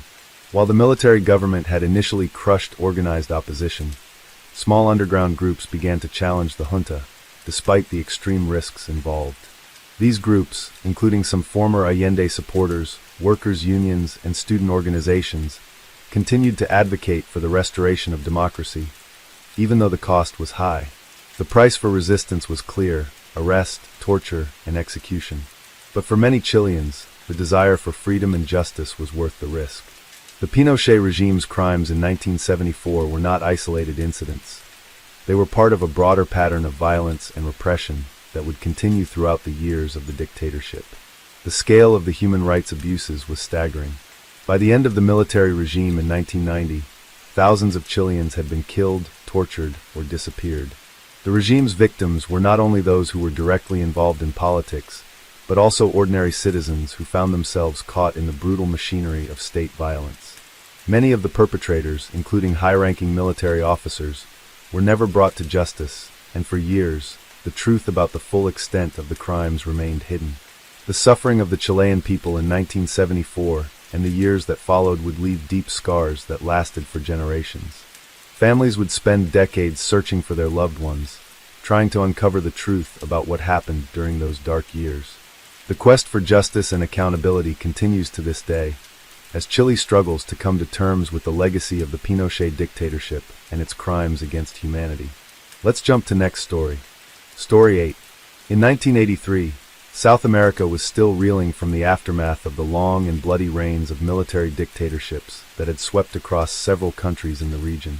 One of the most tragic and notable events that occurred in 1983 took place in Argentina, where the country was still struggling to come to terms with the violence of the Dirty War, La Guerra Sucia.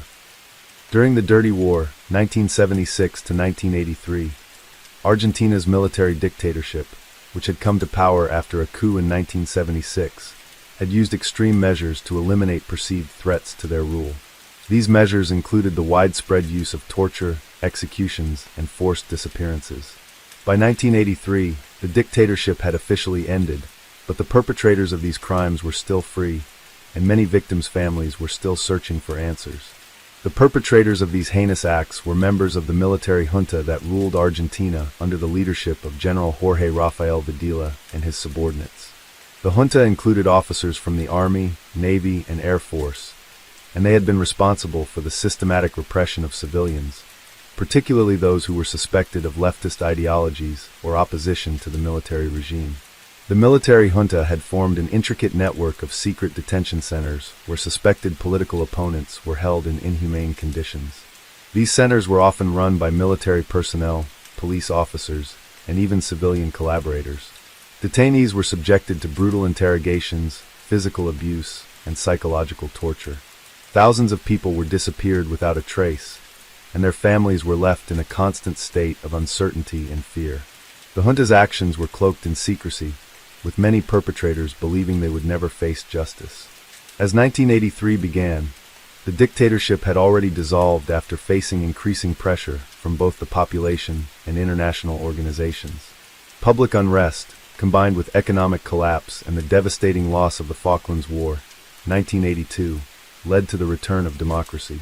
The military junta's crimes, however, had not been fully addressed, and many families who had lost loved ones continued to demand answers.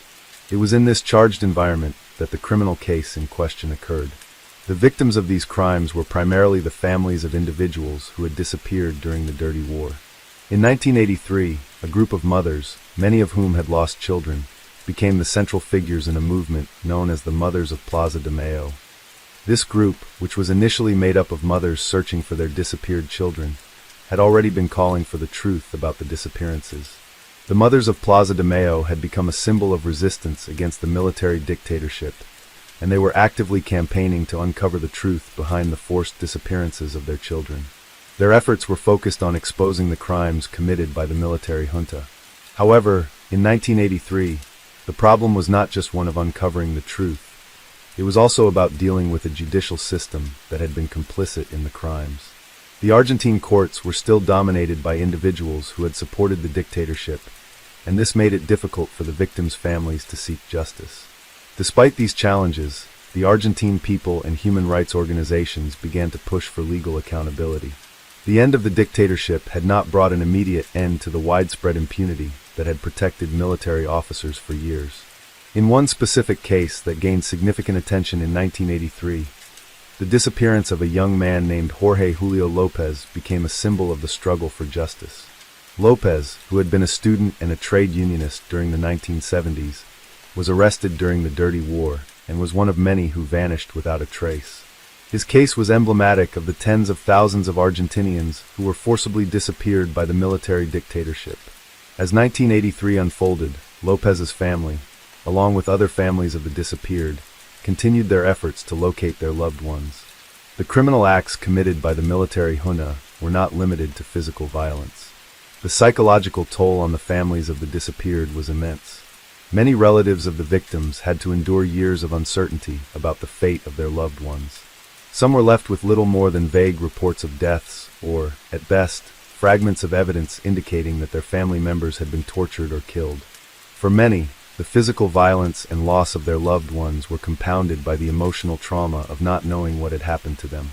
While the Argentine government in 1983 was under the leadership of Raúl Alfonsín, a democratically elected president, the military's involvement in these crimes had been so deeply ingrained that the transition to democracy was incredibly difficult. The transition did not immediately mean justice for the victims of the Dirty War. Many of the perpetrators were still in positions of power, and the judicial system remained inadequate for handling the scale of the crimes. The Argentine government faced considerable pressure from both domestic and international human rights groups to prosecute those responsible for the atrocities committed under the dictatorship. Despite the many obstacles, there were small victories in 1983 that provided hope for the victims' families.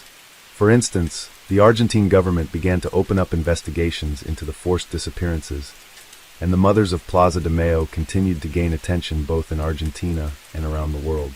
These mothers and other family members of the victims stood as a testament to the resilience of the Argentine people, as they refused to accept the lies and the silence imposed by the military dictatorship.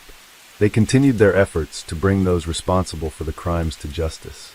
As the year progressed, 1983 was marked by an increasing sense of determination among the families of the disappeared and human rights organizations. Although the full scope of the crimes would not be fully understood or addressed for many years, the movement for justice had already begun to gain momentum. It would take years of legal and social struggles to bring those responsible for the atrocities to trial, but the groundwork for this fight had been laid in 1983. The mothers and relatives of the victims showed incredible strength, demanding justice not only for the crimes committed during the dictatorship, but also for the future of Argentina, where impunity would no longer be tolerated. As 1983 drew to a close, Argentina was beginning to face the enormity of the crimes committed during the military dictatorship. The year was a turning point, marking the shift from a regime of terror to the restoration of democratic governance under President Raúl Alfonsín. However, the real challenge for Argentina was not just the return of democracy, but the difficult task of confronting the past, addressing the gross human rights violations, and holding those responsible accountable for their actions. The families of the disappeared, led by groups such as the Mothers of Plaza de Mayo and the Grandmothers of Plaza de Mayo, continued their fight for justice. Despite the emotional and physical toll, these groups were relentless in their quest for truth, demanding accountability from the military officers and the civilian collaborators who had aided in the terror. Their campaigns were not just for justice in a legal sense, but also for public acknowledgement of the suffering they had endured. They sought to ensure that the truth about what happened during the Dirty War would never be erased from history, and that future generations would learn the lessons of those dark years. In 1983, one of the first legal victories for the victims' families came when President Alfonsín's government took steps to address the crimes committed by the junta. The newly elected government established the National Commission on the Disappearance of Persons, CONADEP, to investigate the disappearances and document the atrocities. This commission, led by writer Ernesto Sabato, conducted an extensive investigation into the crimes, and its findings, published in the Never Again report, Nunca Más, were groundbreaking. The report not only revealed the scale of the state-sponsored violence, but also documented the specific abuses committed by the military and security forces. The Never Again report became a pivotal document, highlighting the horrific extent of torture, killings, and disappearances during the Dirty War. It named individuals, both military officers and civilian collaborators, who had been involved in these crimes. The report also detailed the widespread use of secret detention centers, where prisoners were subjected to unimaginable horrors, often disappearing without any official record of their detention. It was a powerful indictment of the brutality of the regime and gave a voice to the families who had been silenced for so long.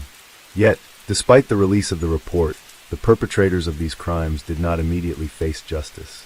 Many military officers and officials who had been complicit in the atrocities were still protected by a legal framework known as the Full Stop Law, Ley de Punto Final, and the Law of Obedience to Duty, Ley de Obediencia Debida. These laws, passed in the early years of the Alfonsín government, provided amnesty to military personnel and security forces who had carried out actions during the dictatorship under orders. As a result, many individuals responsible for the disappearances and murders were not prosecuted and could walk free. This legal impunity was a major obstacle for the victims' families. For them, justice did not just mean bringing the perpetrators to court, but ensuring that the memory of the atrocities was preserved, and that such crimes would never again go unpunished. The fight for justice became a long and arduous process, as many of the people responsible for the dirty war crimes remained in positions of power, and many more were protected by the very legal structures that had allowed the dictatorship to operate with such ease. The tension between the desire for justice and the political landscape of post-dictatorship Argentina created a difficult balancing act for the new government. In the following years, the struggle for justice continued to face significant setbacks. The military, with its network of powerful allies, pushed for the repeal of the laws that had allowed for limited accountability. In 1986, the military succeeded in having the Full Stop Law and Law of Obedience to Duty passed, effectively halting many prosecutions of military personnel. This decision was met with public outrage, especially from the families of the disappeared, who felt that the cycle of impunity was repeating itself. However, the tireless efforts of human rights groups and the families of the victims did not waver. In the late 1980s and early 1990s, pressure from international human rights organizations and from within Argentina itself began to mount. The Argentine people and the international community began to realize that accountability for the crimes committed during the Dirty War was essential for healing the wounds of the past. The legal and social battles continued, but a sense of determination began to emerge among the victims' families and human rights advocates. In the 2000s, after years of struggle, the tide began to turn. In 2003, Argentina's Supreme Court ruled that the full stop law and law of obedience to duty were unconstitutional, paving the way for the prosecution of military officers who had been involved in the atrocities. This decision marked a historic moment for Argentina, as it meant that the impunity that had shielded the perpetrators of the dirty war for so long was finally being challenged. In the years that followed, numerous trials were held, and many former military officers were convicted for their involvement in the forced disappearances, torture, and murder of thousands of innocent people. The fight for justice, however, is far from over. Many of the military officers involved in the dirty war still remain free, and the families of the disappeared continue to search for the truth about what happened to their loved ones. Argentina's pursuit of justice for the crimes committed during the dictatorship is a process that continues to evolve, and the fight for accountability is still ongoing. The legacy of the crimes committed in 1983 and the years that followed continues to shape Argentina's collective memory. For the victims' families, the pursuit of truth and justice is not only about holding individuals accountable, but also about preserving the memory of those lost during the dictatorship. Through the work of organizations like the Mothers of Plaza de Mayo, Argentina has made significant progress in confronting its dark past, but the struggle to ensure that such crimes are never forgotten remains a central part of the country's ongoing journey toward justice and reconciliation. Let's jump to next story. Story 9. Story 9.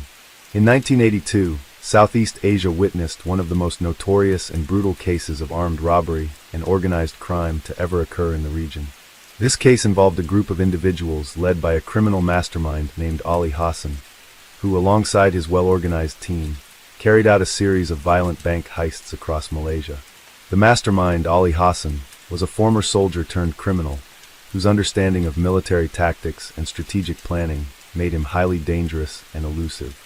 Born in 1950 in a small village in the northern part of Malaysia, Ali Hassan had served in the Malaysian army for nearly 2 decades before being discharged under controversial circumstances. Despite his disciplined background in the military, Hassan had always struggled with financial instability and resentment over his dismal post-military life. His ambition for wealth and power pushed him into a life of crime, where he quickly became known for his expertise in planning and executing high-profile robberies. In the years leading up to 1982, Ali Hassan had slowly built a network of criminals, many of whom were former soldiers, mercenaries, and even members of organized gangs. These individuals became the core of his operation, which was focused on targeting wealthy banks and high-value assets in Kuala Lumpur and other major cities across Malaysia. Hassan was not alone in his criminal endeavors. His inner circle consisted of several trusted individuals, including his right-hand man, Khalid Ibrahim, a skilled strategist with a deep knowledge of security systems, and Zainab Rahman, a sharp and calculated woman who handled the logistics of the operation. Together, they formed the core of the criminal gang known as the Silver Tiger Syndicate, a group that specialized in large-scale heists, extortion, and money laundering. The group's rise to infamy was not only due to the scale of their operations, but also because of their brutal and unyielding approach to violence, which left many innocent people in their wake. The gang's first major operation began in February of 1982, when they meticulously planned the robbery of the Malaysian National Bank in Kuala Lumpur, one of the country's largest and most secure financial institutions. The robbery, however, was not just another act of theft for Ali Hassan and his gang. It was part of a larger strategy to take control of the wealth circulating in Malaysia's financial system, using their heists as a stepping stone to build more power and expand their reach into other criminal enterprises. The criminals had spent months gathering intelligence on the bank's security systems, personnel, and the layout of the building.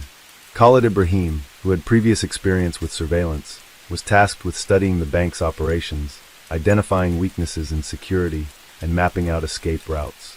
Zainab Rahman, on the other hand, used her contacts in the financial industry to gather crucial information about the bank's daily transactions, high-value clients, and security protocols. The plan was methodical. The syndicate knew that a direct confrontation with the authorities or the bank's security personnel would be catastrophic, so they decided to work discreetly, with minimal disturbance. On the morning of February 10, 1982, Ali Hassan's gang carried out their first heist. Their target was a vault containing millions of Malaysian ringgit in cash, along with gold and other precious assets. The bank had top-tier security measures in place, including armed guards, a sophisticated alarm system, and high-tech surveillance cameras. However, the gang was well prepared and knew exactly how to bypass these measures. Using an underground passage that connected the bank's old building to a nearby construction site, the gang infiltrated the bank unnoticed. Once inside, they disabled the security systems and overpowered the bank's staff and guards, forcing them into a back room while the robbery was carried out. During the robbery, the criminals expertly removed large sums of money, gold bars, and other valuables without leaving behind any trace of their presence. The operation was so well executed that it took the police over a week to notice the theft. By that time, the gang had already fled the country, taking the stolen wealth with them. Ali Hassan's careful planning and the efficiency of his crew allowed them to escape without a trace. The Malaysian authorities initially suspected that an inside job might have been involved, but there was no solid evidence pointing to any bank employee. With no leads to follow, the police were left in the dark. The successful heist quickly sent a message to other criminal groups across the region. Ali Hassan and his Silver Tiger Syndicate were a force to be reckoned with. However, Ali Hassan's gang was not content with just one successful robbery. After the heist at the Malaysian National Bank, the syndicate expanded their operations, targeting other financial institutions across the country. Their next major target was the Penang International Bank located in the northern state of Penang, which was another lucrative target for the syndicate due to its large clientele of international businessmen and high-profile individuals. This time, Ali Hassan had his sights set on a vault containing millions of dollars in foreign currency and gold bullion that had been entrusted to the bank by international clients. The planning for this robbery was even more elaborate than the first. The gang spent weeks surveilling the bank, noting every detail about its operations. They discovered that the bank had a security system that was slightly outdated, which gave them an edge. Additionally, the bank's vault was located in a separate building that was poorly guarded at night. Khalid Ibrahim took charge of the logistics for this heist, while Zainab Rahman once again used her connections to secure valuable intelligence about the bank's daily transactions.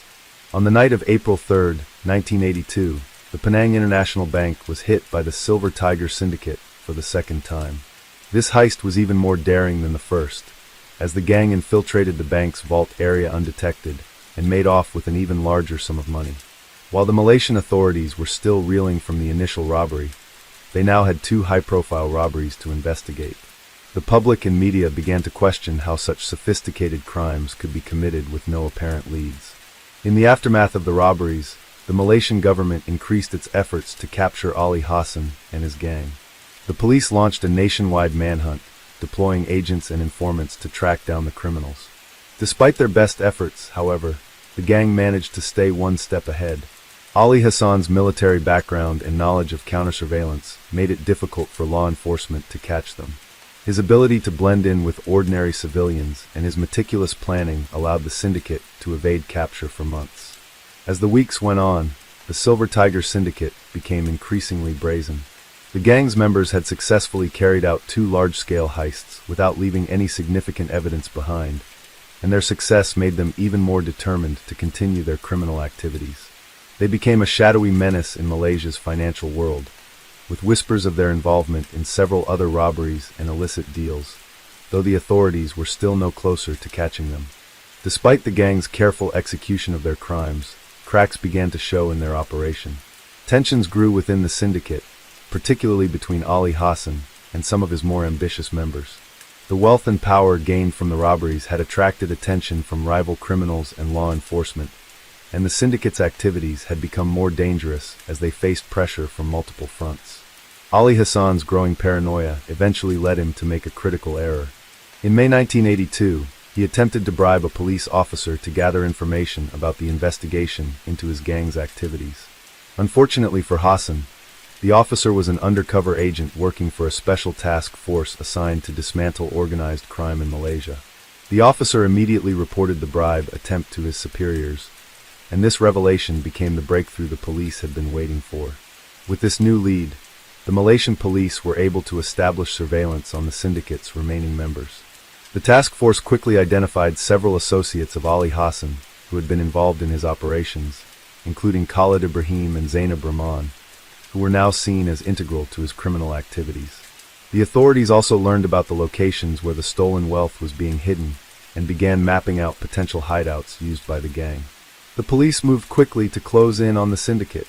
They arrested several lower-ranking members of the gang who had been involved in the robberies, but who had kept a relatively low profile. These individuals were interrogated intensely, and some of them, fearing long prison sentences, provided valuable information about Ali Hassan's whereabouts and his future plans.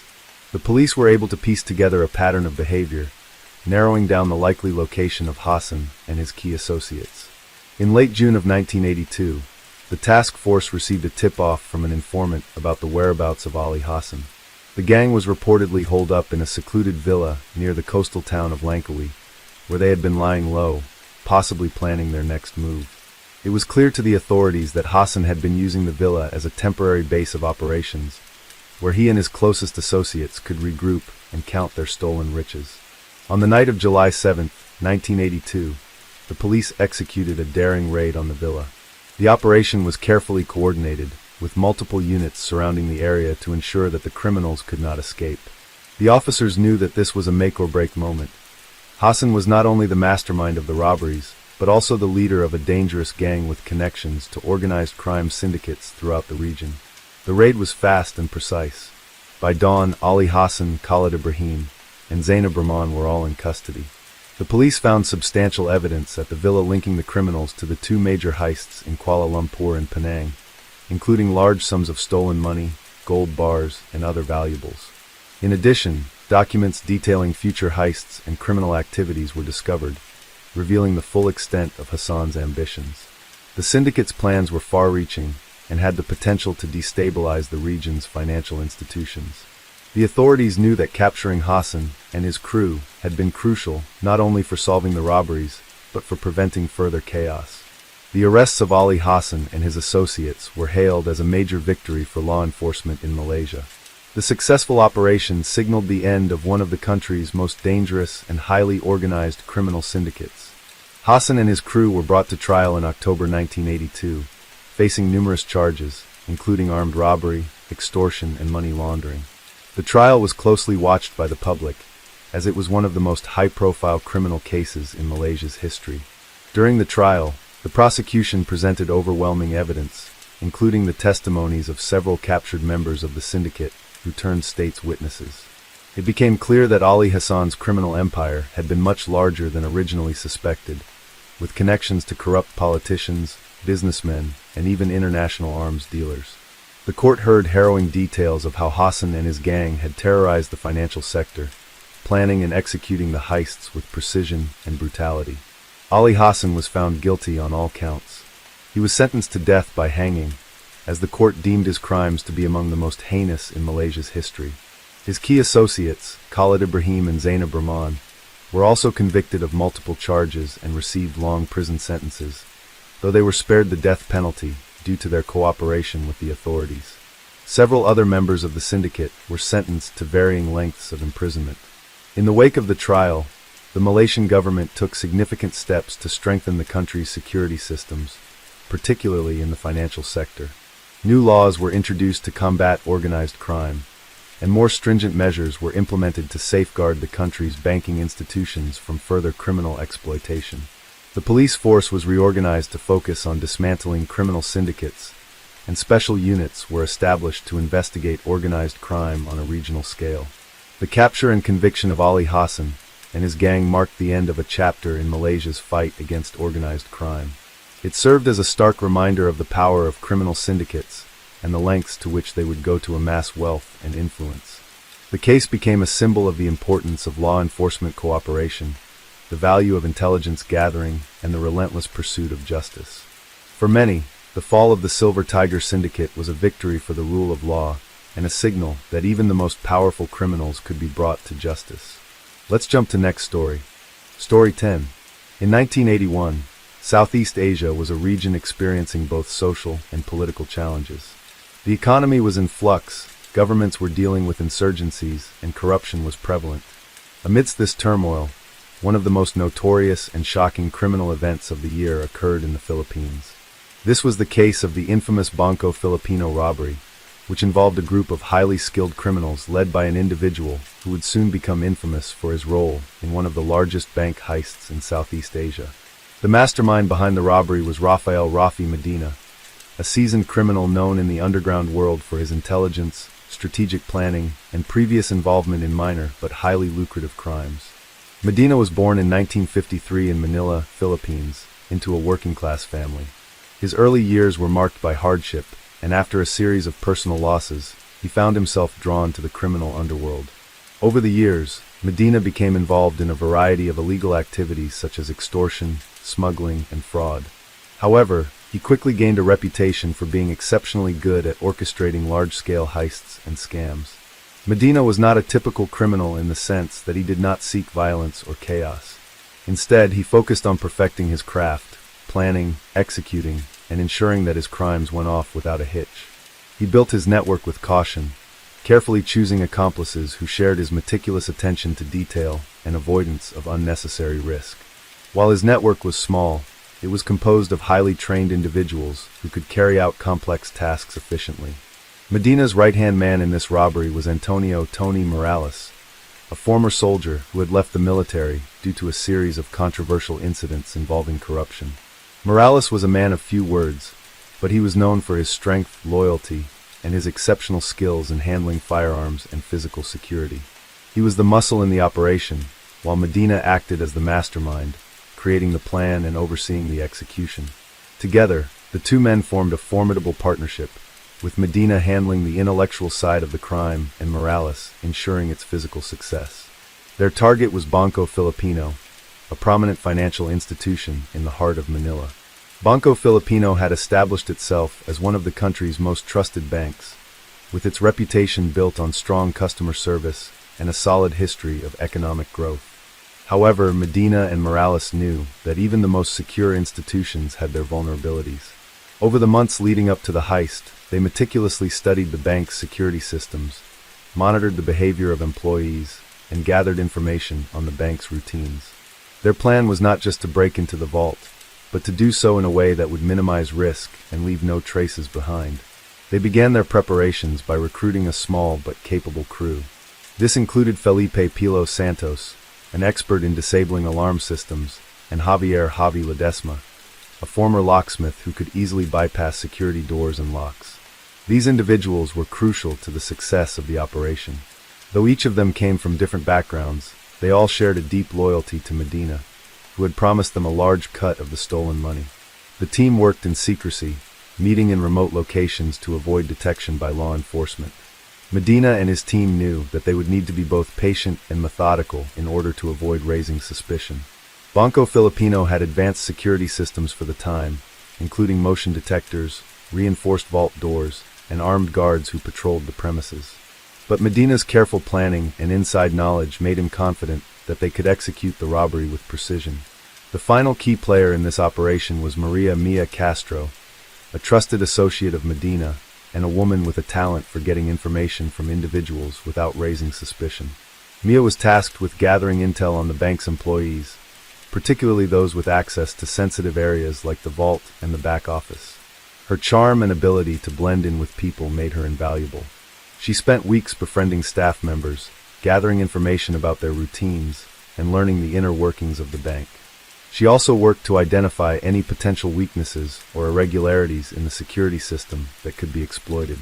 Her work was integral to ensuring that the robbers would know exactly when to strike. Once the team had gathered all the information they needed, the plan was put into motion. The timing was crucial. Medina and his crew had to execute the robbery on a day when the bank was not expecting any major transactions or VIP visitors, and they needed to avoid alerting the authorities or causing any suspicion. After months of careful surveillance and preparation, they determined that the ideal day would be a Saturday, when the bank was less crowded and the security personnel were typically more relaxed. On the morning of March 27, 1981, Medina and his crew set their plan in motion. They arrived in the area early, blending in with the crowd and pretending to be everyday citizens going about their business. Dressed in casual clothes, they approached the bank from different directions to avoid attracting attention. Mia, who had previously scoped out the schedule of employees, was the first to enter the bank. She casually greeted the staff and made small talk, keeping an eye on the guards and security measures. Her presence was enough to confirm that everything was running smoothly. At precisely 10 a.m., Medina and his team began to move. Pilo Santos disabled the alarm system by using his expertise to bypass the security panel at the back of the building. Javier Ledesma, the locksmith, was already inside and made his way to the vault, where he worked quickly to break into the secured area. Meanwhile, Morales and Medina acted as backup, making sure no one would disrupt their operation. The entire crew knew the exact time window they had to work within. As the hours passed, the plan unfolded perfectly. The vault was soon opened, revealing a large sum of money in cash and precious items such as gold bullion and negotiable securities. They filled several bags with the valuables and prepared to leave the scene. Just as they were finishing, a security guard, who had been unaware of the robbery, walked into the room. However, Morales, the muscle, quickly neutralized the guard, ensuring no one could raise the alarm. Within an hour, the robbers had successfully stolen millions of pesos, and the entire crew was out of the bank without a single person being injured. They had executed the perfect crime. As they made their way back to their safe house, they followed separate routes to minimize the risk of being caught. Each member of the team had a separate escape plan, and Medina, knowing that law enforcement would soon be alerted, had arranged for the stolen money to be laundered and hidden in different locations across the city. For the next several weeks, the police had no leads. The Banco Filipino robbery was a huge blow to law enforcement in Manila, as it showed just how vulnerable even the most secure banks could be to a well-planned and executed crime. With no physical evidence and few witnesses, the investigation stalled, and the criminals remained free to enjoy their newfound wealth. In the weeks following the robbery, the police launched an extensive investigation to track down the criminals responsible for the Banco Filipino heist. However, the lack of solid evidence made it difficult for law enforcement to make any progress. Despite extensive efforts, the police had little to go on. The robbers had covered their tracks meticulously, and their inside knowledge of the bank's security systems suggested that they had been planning the crime for months. The breakthrough in the case came when the police received an anonymous tip-off. The informant, who was later identified as a low-level member of the criminal underworld, provided crucial details about the robbery. The informant revealed that Rafael Medina, the mastermind behind the heist, had been involved in other illicit activities in the past, including smuggling and high-profile scams. The tip-off mentioned the involvement of several key individuals, including Antonio Morales, the muscle, and Maria Castro, the woman who had gathered intel on the bank. Armed with this new information, the police began to focus their investigation on Medina and his associates. They started by tracing the activities of the criminal network, using informants to gather more information on the whereabouts of the key players. It soon became clear that Medina had been laundering the stolen money through various small businesses and connections in the Manila underworld. Investigators also found that the crew had split up after the robbery, with some members leaving Manila to lay low while others remained in the city to enjoy their share of the loot. The first break came when the police arrested Felipe Pilo Santos during a routine raid of a suspected illegal gambling den. Santos, who had been lying low since the robbery, was quickly linked to the Banco Filipino heist. While initially reluctant to talk, the pressure of a lengthy interrogation eventually led him to reveal the identities and whereabouts of his fellow conspirators. His cooperation with the police proved vital, as he provided detailed descriptions of Medina's hideout and the routes the crew used to transport the stolen money.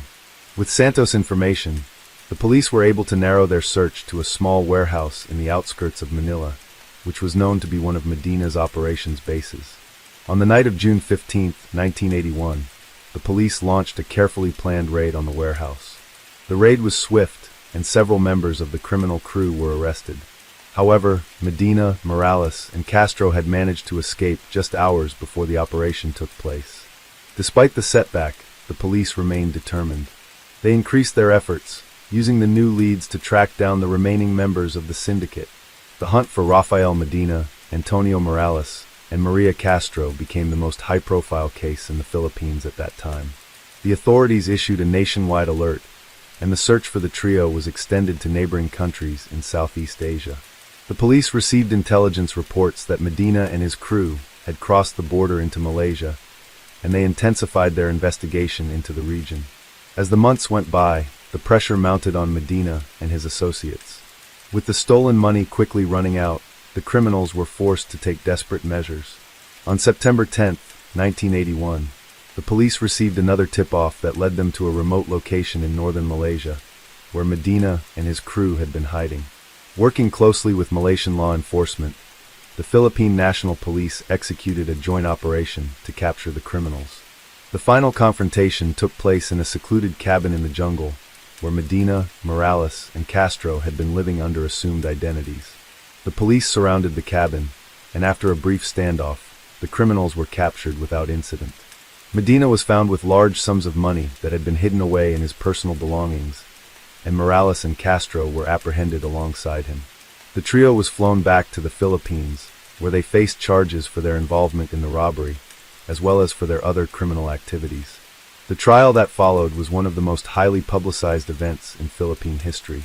Medina and his associates were charged with armed robbery, conspiracy, illegal possession of firearms, and money laundering. The evidence against them was overwhelming, and despite their attempts to claim innocence, they were found guilty. On January 15, 1982, Rafael Medina, Antonio Morales, and Maria Castro were sentenced to life imprisonment. Their conviction marked the end of one of the most well-organized and daring bank heists in Southeast Asia. The case had far-reaching consequences beyond the individuals involved. It highlighted the vulnerabilities of even the most secure financial institutions and led to significant changes in banking security protocols across the region. Banks in the Philippines and neighboring countries invested heavily in modernizing their security systems, including the installation of advanced alarm systems, surveillance cameras, and reinforced vaults. The Banco Filipino robbery became a landmark case in the fight against organized crime in Southeast Asia. It demonstrated how criminals could exploit gaps in security, and it underscored the importance of cooperation between law enforcement agencies across borders.